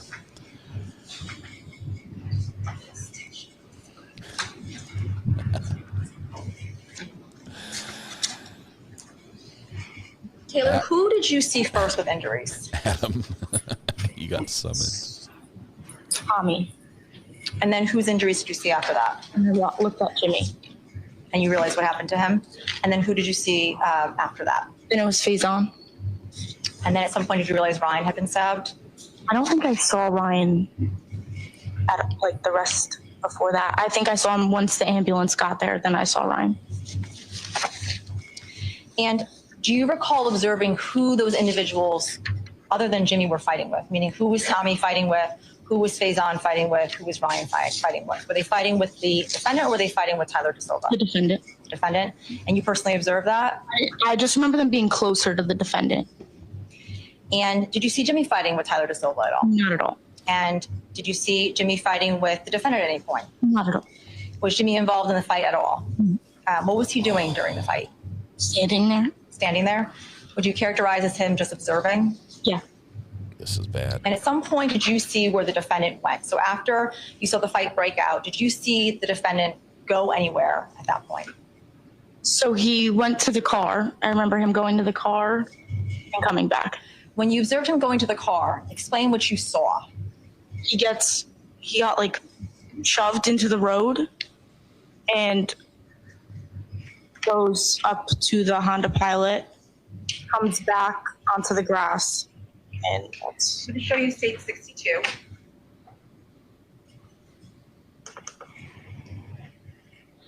Does this look familiar to you? Is this what you recollect seeing the night that he went with the defendant back to the vehicle? Yeah. And how long would you say he was back in that vehicle for? Not long, a couple seconds maybe.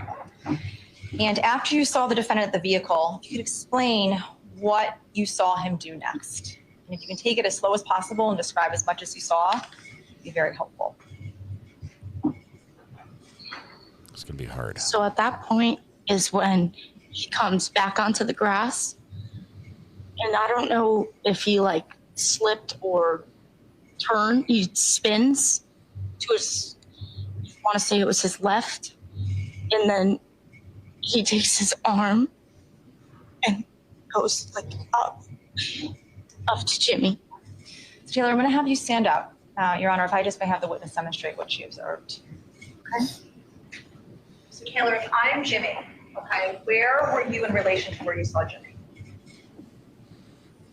Don't hold back. Really give it to her. Farther back, but diagonal. So if I move back a little bit? Yeah. Okay. And so where was the defendant positioned to where you saw Jimmy? Right there. Okay. And if you can demonstrate, and Your Honor, let the record reflect that the witness is pointing to her left-hand side towards members of the jury as to where the defendant was standing. She indicated that Jimmy McGrath was standing to the defendant's left-hand side and directly in front of her.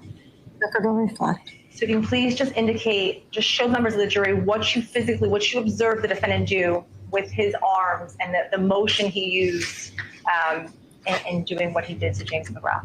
So with his right arm, I remember he turns and just like kind of goes like upwards towards Jimmy. The record reflects our witness is turning using her right hand, making an upward motion, indicating that the defendant was making an upward motion into Jimmy McGrath. So Taylor, when you saw the defendant come back from the vehicle and come back around, and as you said, turned around and made that motion up into Jimmy, did you see what he was holding in his hand? I couldn't see exactly. Can you describe or show us what he was doing with his hand? Was it open? Was it closed? It was in a fist, and you could tell, obviously, that there was something in his hand. And when he came back around to use whatever was in his fist to go into Jimmy, what was Jimmy doing at that point? He kind of just like he was backing up, and like his hands kind of were up, and he just like is walking backwards a little bit. He takes like a step back.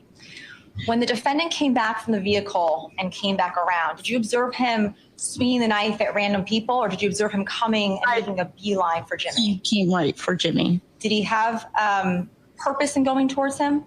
It looked like it. Did he say anything when he was lunging towards Jimmy? Not that I remember. And at that point, did you realize what he had just done? Yeah. And if you can indicate to members of the jury what you observed Jimmy do next after you saw the defendant stab him. He kind of just stood there for a second, and just like falls down onto the ground. And you can see he had those white shorts on. You could just see them all covered in blood. And after you saw that, what, if anything, did you do? I didn't know what to do. I literally froze. And then everyone kind of was looking around, seeing that everyone was at this point that Faison had actually come up to me. And I saw his arm, and it was just like a chunk of Faison, like his like fat tissue was coming out of his arm. And he was like, can you tie this? And I'm not good with blood. So I was like, Faison, I'm so sorry. Like, I really can't help you. And someone else ended up helping him. And then that's when I ended up calling my mom. And then I called my dad, and he ended up coming. At any point before you saw Jimmy get stabbed, or as you saw Jimmy get stabbed, did you hear him say anything? No, not that I remember Jimmy saying anything. And who were you with? Was anyone around you? Were you tending to anyone other than, like you indicated, Faison when this was happening? No, just Faison. Where was Michaela Holton at this point? I think she walked backwards. At that point, I think I was standing by myself. I was so focused on what just happened, I really don't remember. After you noticed what happened to Jimmy, after you saw Faison's injuries, when did you realize Tommy had also gotten stabbed? There was a flashlight pointing down on Tommy's leg. So I guess it was, after that I saw Tommy, and everyone was kind of trying to tie like a tourniquet, I guess you could say, onto his leg with like shirts that the guys had on. After Jimmy was stabbed, after all the boys were stabbed, did you see where the defendant and Tyler DeSilva went? Back into the Honda Pilot. You saw that with your own eyes? I don't remember who exactly running back into the Honda Pilot though. And what did you see the Honda Pilot do? It drove down towards Adams Drive. And at some point you indicated you had called your parents. Did at another point, at some point too, police arrive and EMS arrive? Yeah. Were you outside when this was happening? Yeah. And did your parents come to the scene as well? My dad ended up coming with my sister. And did you go home right away when your dad showed up? I think we stood there for a good amount of time, and then I ended up going home. Did you talk to the police that night? No, I didn't. At what point did you talk to the police, do you recall? I want to believe it was that, I want to say the day, maybe not the day after, maybe that Monday. Maybe like 2 days after. Was it once or more than once? It was more than once. And Taylor, at any time the night of May 14th of 2022, did you see Jimmy McGrath fighting with the defendant? No. At any time the night of that party, did you see Jimmy McGrath fighting with anyone? No. At any time that night, did you see Jimmy McGrath with a weapon? No.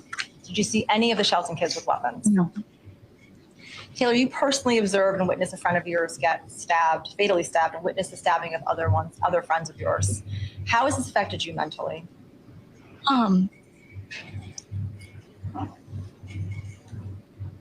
I've gone to therapy for it. There would be nights even at school, at college, that I would have like nightmares of this, and I'd call my mom, like, hyperventilating, because it just like and even after the event happened, it just replays in my head, and it's just hard to know that he wasn't even doing anything.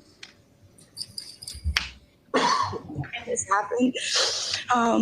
I've gotten really bad. I've always had anxiety, but I think it's increased definitely after this. It's a lot. And I've obviously, like I said, gone to therapy for it because I didn't know what else to do. It's traumatic. In a moment, Your Honor. No, that's good. I don't know if she's want to break for the day or want to have a sidebar and see what she wants to do. We can hear you. That's good. I don't know if I want to break today. You want to go to have a sidebar and see what she wants to do. I think this is where we're going to end. Yeah, the hot mic. They literally whispered right into the hot mic. This is very, very bad for our Raul. The other incidents work. This one. At this point in time, ladies and gentlemen of the jury, the court is prepared to adjourn for the day. He's going to have to testify. The remainder of this witness's testimony on Monday, hopefully. So I just want to remind you of your obligation to abide by your rules of fair conduct. We're going home for a lot of weekends. There is a lot of media coverage. Please do your best to avoid that media coverage. People that you are going home to will also be curious to know more of what's going on, possibly talking to you. Please remember that you're not allowed to speak to anyone regarding it. Please greet each other. Have a nice weekend. We'll see you back here on Monday to continue with the evidence. Thank you. All right, court's adjourned. So as they go home for the day and for the weekend, Taylor Capella is going to be on the stand on Monday with cross-examination. Once again, defense is going to have to go gentle with her, but this is probably the hardest bit of information that hits, that checks the guilty box for defense that they need to attack, and that is that he basically unprovoked, was able to retreat, was able to get back to the car, and then re-engaged in the altercation, but struck Jimmy, who was just watching, who was just standing there with his hands up or something. I don't understand the hands up. Maybe that's a point that they'll try to draw on and see if that defense. This sounds terrible, but defense has to make it look like for this to not be end in a conviction. Defense would have to say that this was Jimmy raising his hands to attack his friend. And I don't know, I'm going to give him time. He needs to testify now. It's not enough just to leave it where they got it right here. This looks terrible. But I expect to see testimony from Raul himself indicating that he was or felt threatened by Jimmy or an action Jimmy made.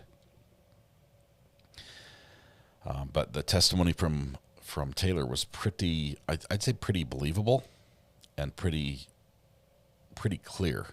She was in a vantage point that was different than a lot of the other people. She saw things a little bit differently. She sort of ran down with them, came back, was further out, sort of near the altercation when it took place, instead of being like running out of the house and having a crowd of people in front of you. And now, yes, I don't see a way around Raul taking the stand now. So, wow, what a case. Tragic still, tragic. I had no idea Taylor goes to school just down the road from me at ECU here in Greenville, North Carolina. She's a ECU Pirate. So I wear the school colors frequently. So I had no idea there was that connection here.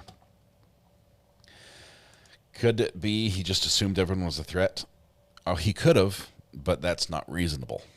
And if it's not reasonable, the jury's going to convict him.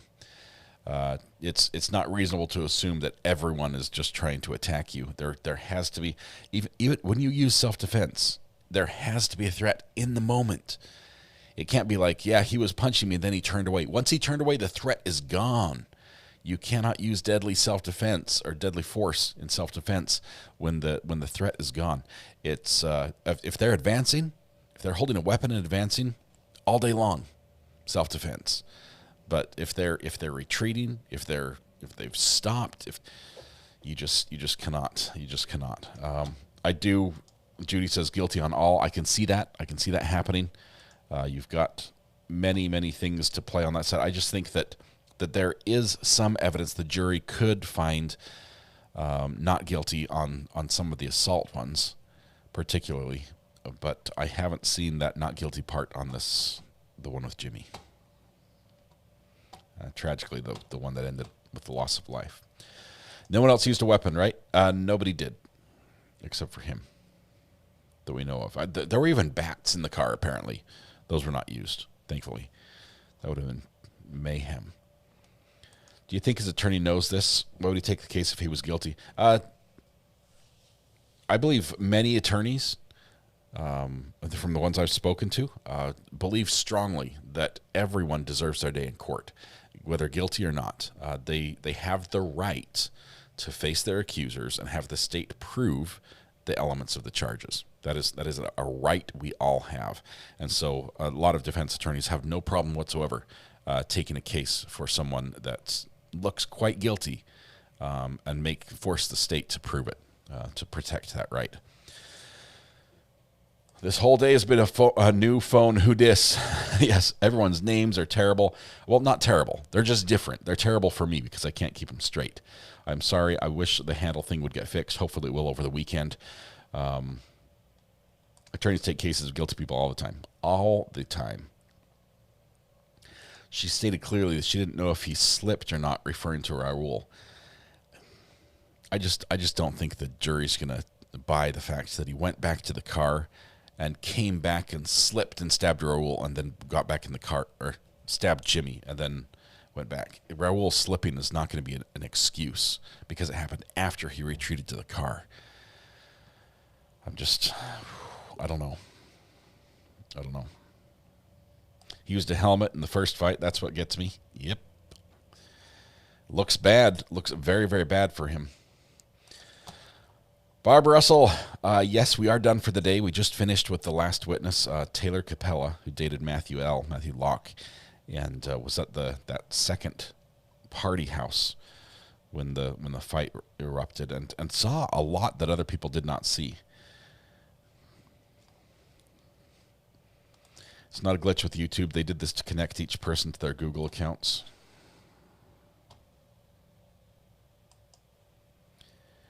It's terrible. It's terrible. Wasn't it rainy or something? Yes, there could be a slip. But he'll have to account for why he came back. Why he came back if he was scared for his life, trying to get away, got up, gets to the car, then re-engages the same group that just beat him. I don't see it. I don't see it. Heidi, I hear you here. This is tragic. It is terrible.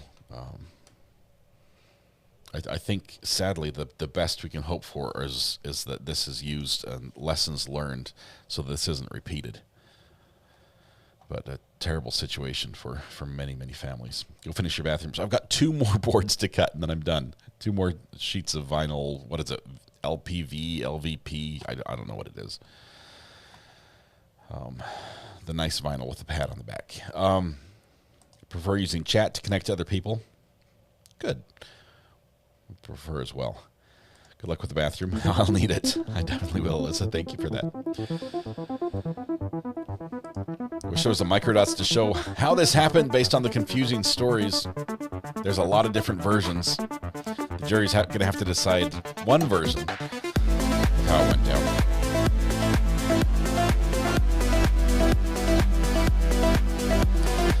Now we see why the parents pleaded that all the kids not attack other people before the trial. Yeah, the parents of the boy who died, the parents of Jimmy, have asked for everyone just to not stop, to back up, to calm it down.